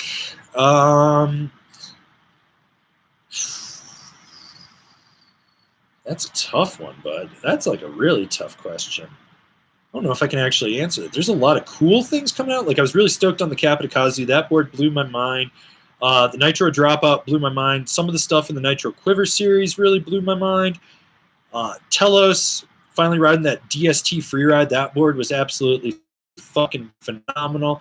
The fact seeing more camber come back is really cool, but it's like a camber 2.0, so it's easier to engage. Jesus Christ, Jesse. Why the fuck you gotta stump me like that, you ass? God. Fucking killing me over here, Jesse. So, I don't know, man. Vincent Van Dongen. Isn't the Nidecker Babs the same as the Nidecker Escape? It's not the Escape. It's the Merc? Shape? No. It might be the Escape shape, but it's a beefier core and a different profile. It rides entirely different. But I don't think it's the Escape. I think it's one of the, like the higher. It might be the Merc. It's definitely not the Sensor. Nick Brapp, I ride the DOA. How do I ride POW on it? Heard setting the stance all the way back kind of works because it's my only board, but I might invest in a POW board this season. You ride it like you ride any other snowboard. Down. Go out and ride it, man. Just go fucking ride it. If you're sinking, set your stance back a little bit or learn to bend your back knee more. You're going to get some leg burn with it, so I would say buy a powder board. Everyone should own a powder board.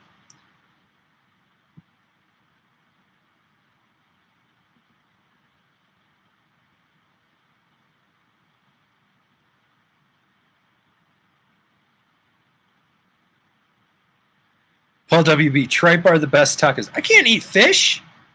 Should have fucking killed me. I ate lamb. Lamb tacos tonight were delicious.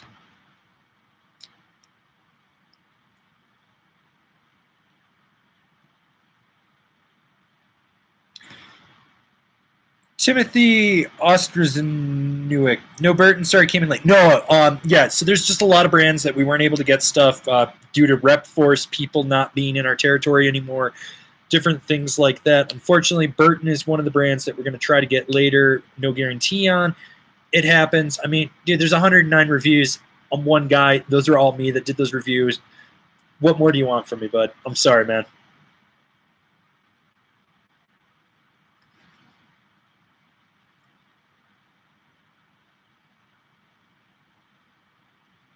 Gee, I just found out about High Cascade like a week ago. Is it worth $3K price? No. Go to Woodward at Copper. Like, this was the year to be at Woodward at Copper. High Cascade has a name behind it, but it's not as progressive as it used to be. Woodward at Copper is what's killing it. Timothy Ostrazenuik, what are your go-to soft goods, jacket, pants, etc.? I pretty dominantly only wear L1 outerwear. I have ridden it for about 12 years. I like the cut. I like the feel. I like the fact that it's like more street piece apparel. It works for me. I'm not saying it's the best thing ever because I do have gripes with certain things, but I really love the way that they are. I feel like they're more of a timeless outerwear. I don't look like I'm wearing a fag bag or anything like that, and it doesn't use shitty material, so yeah.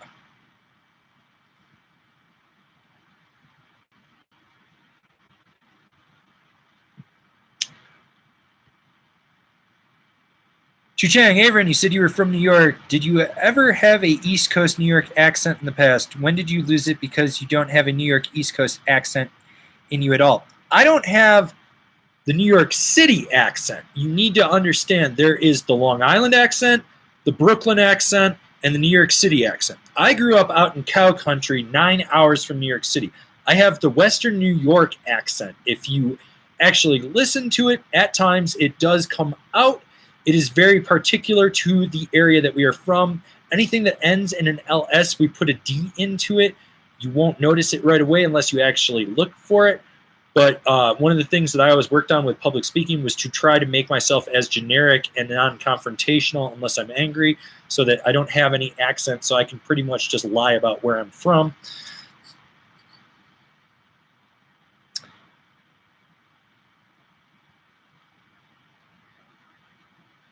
Alex Kumar with a great question. What's something you wish snowboard manufacturers would start doing on their boards that most don't do already? Listing the width at the inserts. This is my biggest gripe. Nidecker and Marhar have started doing this. I want more companies to do this. Fuck the waist width. That's some ski bullshit. You don't mount your binding in the center of the board. Fucking, you mount it under the inserts. If we knew the width at the inserts, people would be like, oh, that's going to fit my size 11. Oh, that'll fit my size 12. Oh, that's going to be a little wide for my size 9. That is the number one fucking issue that I wish all companies would do.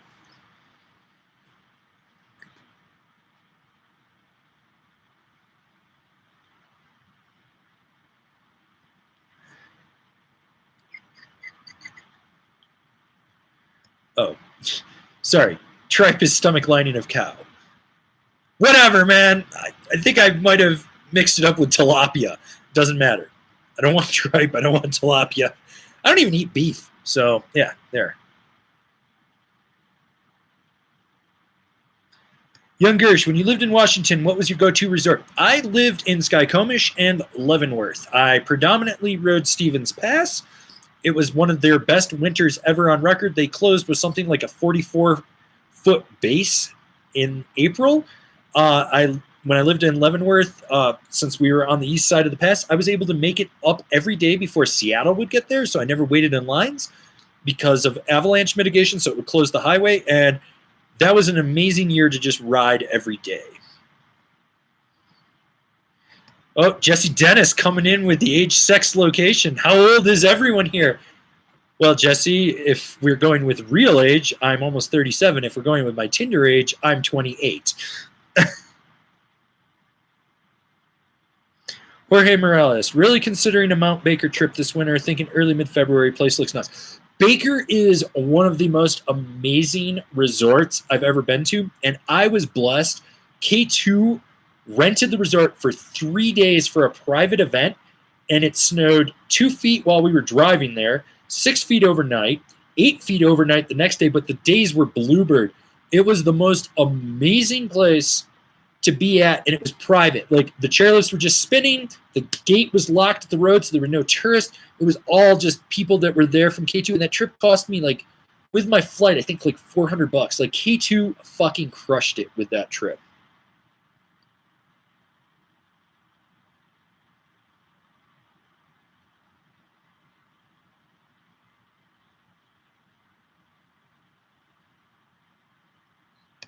Oh, I don't doubt that Stevens Pass has become a nightmare since I left it. It was already starting to be a clusterfuck when I left, so yeah, no worries. Paul WB, Baker over Bachelor. I've never been to Bachelor, but I really want to go to Bachelor because James Beastie from The Good Ride is there, and I literally just want to ride around and spray him all fucking day while he's trying to review shit. Like, literally just spray him lap after lap after lap. I also can't believe we consecutively stayed around 70 people for almost 3 hours. Like, that's fucking amazing. You guys are fucking crushing it. Linares, what are your thoughts on Snowbird? I didn't go while I was out in Utah, but from the photos I've seen of people where the lift line or the tram line goes like across the bridge and around the building and down the side and back all the way to the parking lot, I don't know if I want to go there. Like, I think that might be a little too crowded. Like, I think there's a lot of people that really just promote it and say how great it is, but I've never actually been. So, yeah. Axer says Crystal is expanding their park next year. Yeah, so I've heard. We'll really see. Now that Icon and Altera own them, it's going to be really interesting since that the old owner's wife was like anti-snowboarder. She was kind of a twat waffle. So, yeah.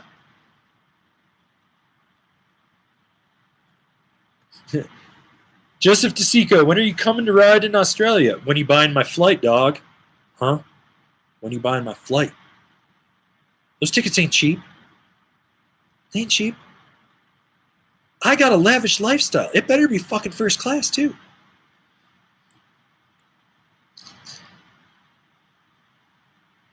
Nick Bratt, best way to teach a friend that's getting into shredding this season. Get him a lesson and just don't get angry with them. Sorry, man. Like, I don't teach people. I'm not the guy for that. Like, that's a snowboard pro camp question. They'll tell you all about that. Me, I'm just like, whatever. Oh, man. Yeah. Oh, God. You guys had a lot of questions. Like 3 hours up in here? That's fucking insane, man. Jesus Christ. You guys are crushing it. Oh, yeah. That's another thing about the Northwest. Watch out for the snow drought. Know where the snow line is because you don't want to ride in rain. That sucks. Ask Kevin and TJ for a free ticket. Well, shit. Kevin's got like 470-something thousand subscribers. He's making the real YouTube money. He should totally be buying us tickets down there.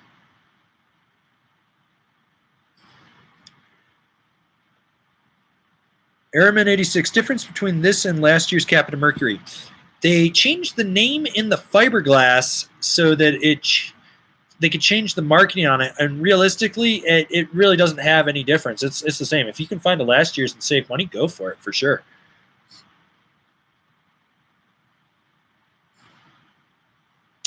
Alex Kumar, have you ever ridden with Kevin or TJ? They seem like cool dudes.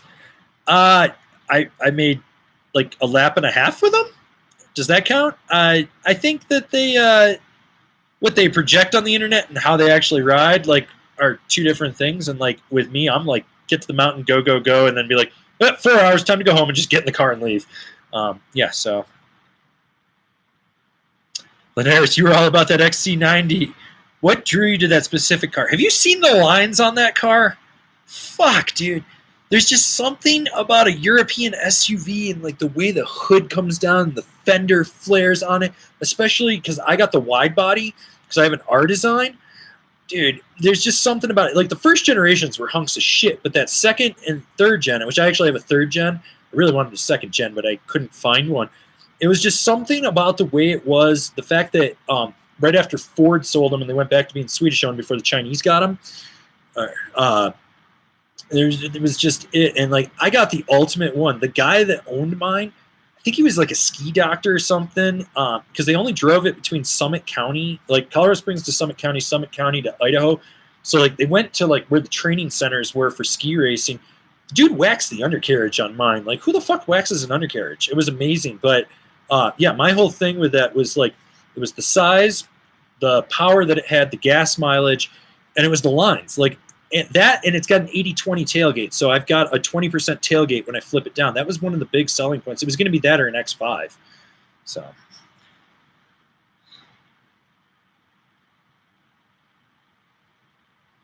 Carlo, you're still here? What the fuck?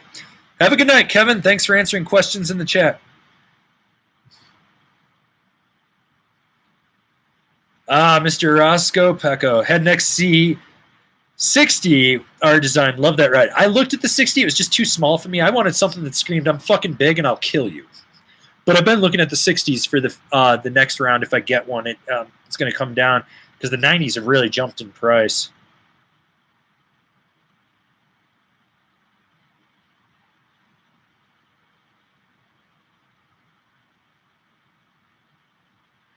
Oh, Axer, what's your experience with Washington stupid drivers?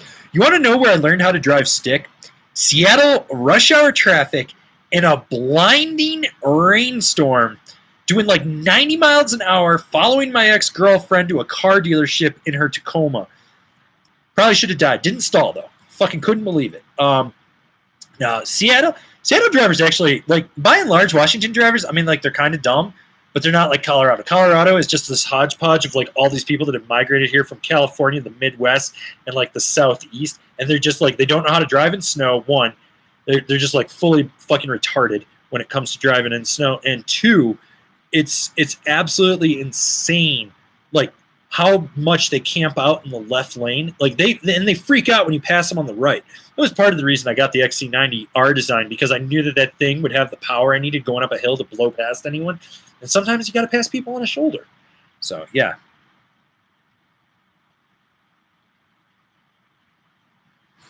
Alex Kumar, are we ever going to see a Kevin Hub Ryan Napton carving collab? No. I can only take Napton in like tiny ass little doses, and then he talks, and then I'm just like, I gotta leave. Oh man. Wayne McKenzie just woke up. Welcome back to the party, bud. Still here. Jason, preach. Driving in snow in 70 when I was trying to catch my flight was infuriating. Why are Colorado's drivers so confused? Because they're not fucking from here.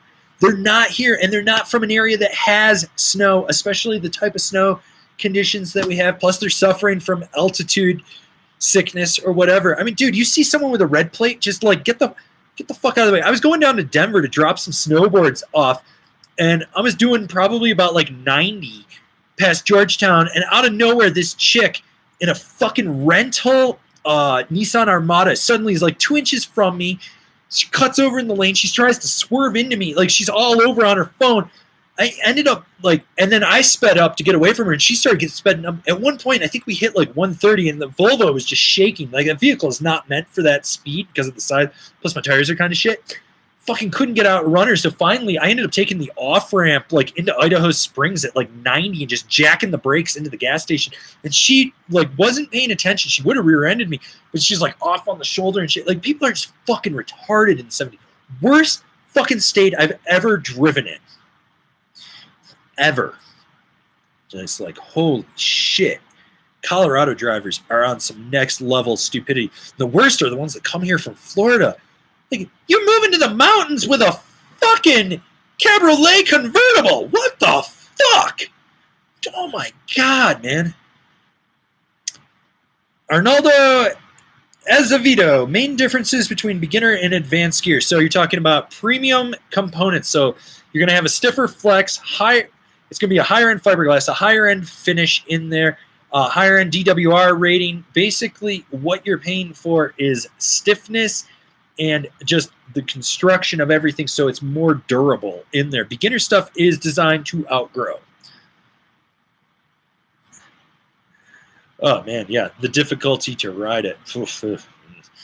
Yeah, that's also part of what makes a beginner to advanced stuff different as well.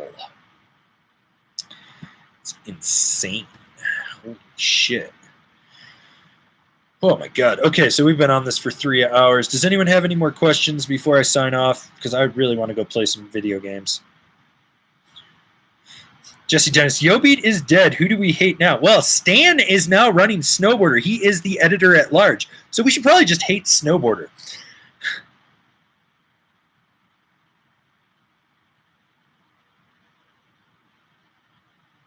Glenn Harris, you and Napton are polar opposites. Oh, fuck yeah, we are.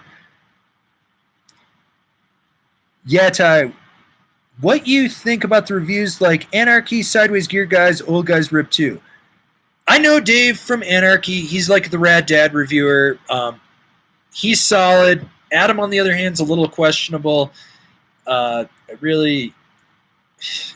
don't trust things he says. Dave, I do trust. Sideways Gear Guys are a bunch of fucking fat tools. Nev from over there he was trying to pick fights with me last year about shit, and I was like, dude, 1, your reviews are shit. 2, you're shit. Like, oh, whoop-de-doo, you fucking took a go pole and went out and rode, but like half the time you can't see what the board's doing. It's not even in frame. Whoop-de-doo. So yeah, that Old Guys Rip 2, I think I've looked at their website once and been like, yep, doesn't matter. Will S. Damn, Aaron, I told you need an armored personnel carrier for the crazy tour. I got the Volvo, man. That thing's a fucking tank. That thing is 4,500 pounds. It is one of the heaviest SUVs in its class. I will kill people if I hit them.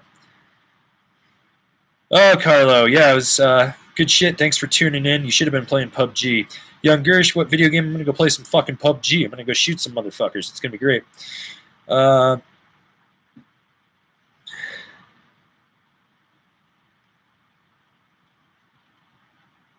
Paul WB, I know I'm giving you nothing here. Have a space case on the East Coast.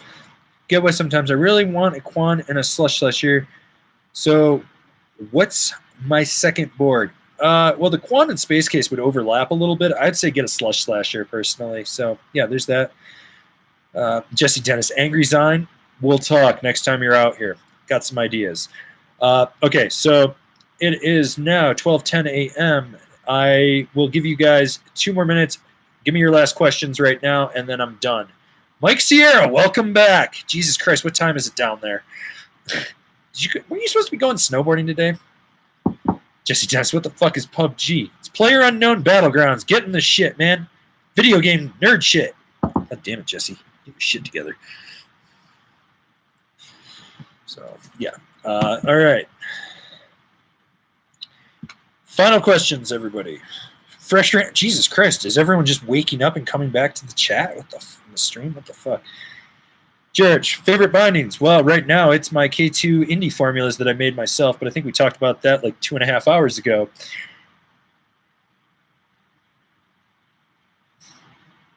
The man from Uncle, what is your favorite snowboard video game of all time? I actually really like the Transworld PlayStation 2 game. I think it was PlayStation. No, it might have been PlayStation 1. That one was really unique because like you could build your career, so that was really cool. Michael Nyblom, good morning, guys. Just checking in for the sake of it. No questions. It's still off season. Why do you only have questions in the on season? You should have questions year round. Anyways, good to see you, and you always bitch that I can't do a live stream because you won't be awake. Ha, gotcha. So there you go.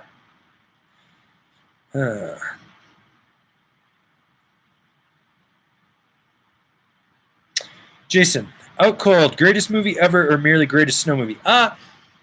It's not even the greatest snow movie. It's good, but I mean, if I had to prefer a real snow movie, I would go with Aspen Extreme every time, even though it's a ski movie. It really resonates a lot more, and it's a lot more real after you've lived in a ski town. Out Cold is good, but for me, like living the way I do, there's certain things that resonate and certain things that I was like, that wouldn't happen.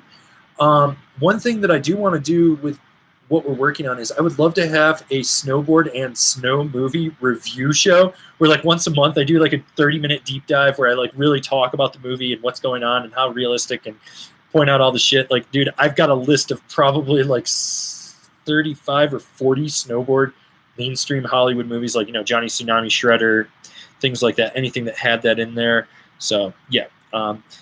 Carlos Henrique, Pamela Anderson or Cindy Crawford? Oh, I was a Cindy guy all the way. She's way more classy. Pamela puts her tits in, removes her tits, puts her tits in, and she fucked Tommy. So let's be real. She's got the hivy or whatever the fuck he has. MJV14. How does an ASIM board fit into my quiver if I already have a DOA and a navigator for POW? It really doesn't. It kind of overlaps the DOA unless you want to go like full-blown freestyle. Then I would get the Assimilator, turn that into your full-blown park board, use the DOA as your all-mountain freestyle board.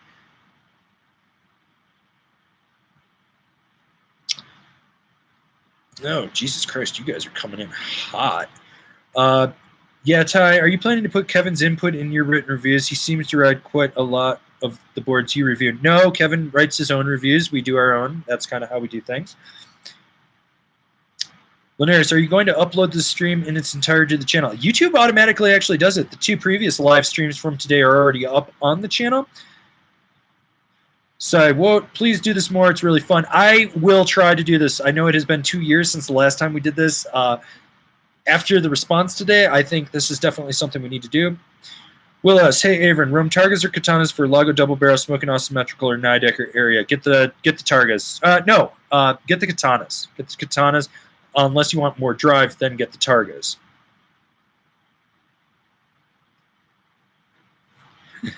Michael Nyblom, if you lived where I live, you'd understand why I don't have questions in the off season. Yeah, I know, I could move. Nah, dude, it's cool. Like, there's people that live in Florida that have questions for me almost all year round. It's all good, man. Jesse Dennis, hot dog. Yes, I know you want a hot dog.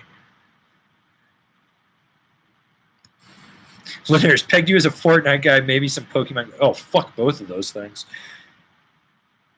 Alex Kumar, I'm relatively newer to your content, so maybe this has been done, but have you ever thought about doing resort reviews in video form? I don't want to spoil it. There's an idea that we're throwing around for something this winter. I got a bigger video I've got to get done, and that will hopefully allow me to facilitate what I want to do. There is an idea there on something, but I don't want to spoil it too much. So, yeah.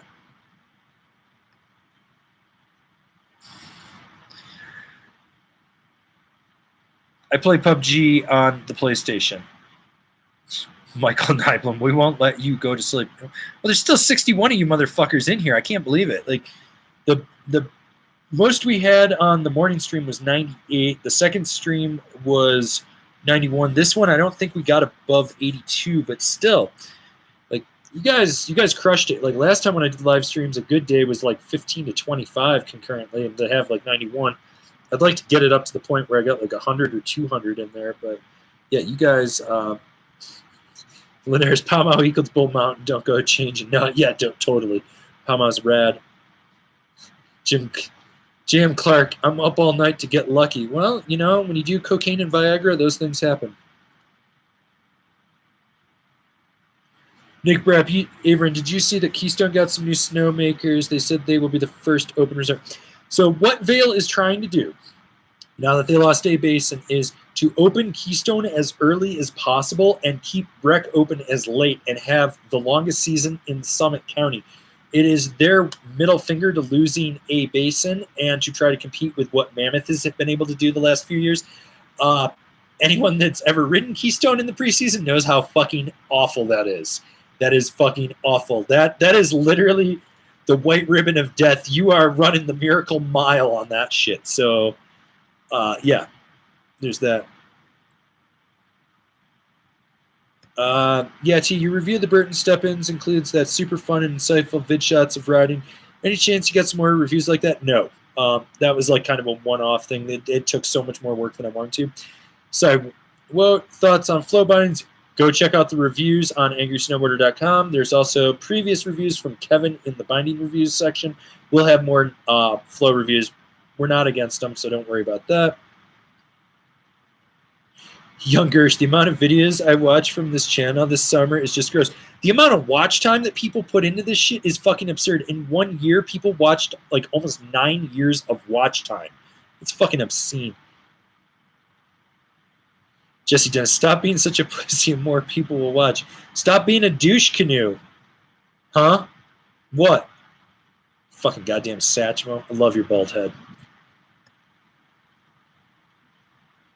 Chu-Chang, what style of board are you supposed to ride for slushy spring days for the best performance? Softer, more freestyle boards or stiffer, more all-mountain boards? Party boards, dude. Party boards is all I'm going to say. Check out the Party Wave. Check out the Slush Slasher. Check out the Party Platter. Party boards, man. That's what you want to ride. Gabe Sua, any spoiler you want to send out to us before you leave? No. All right, guys. Thanks again for tuning in. 3 hours, 17 minutes. That's fucking absurd. I've never done anything this long, but you guys made it well worth it. So thanks again, and we'll see about doing more of these live streams. So, yeah.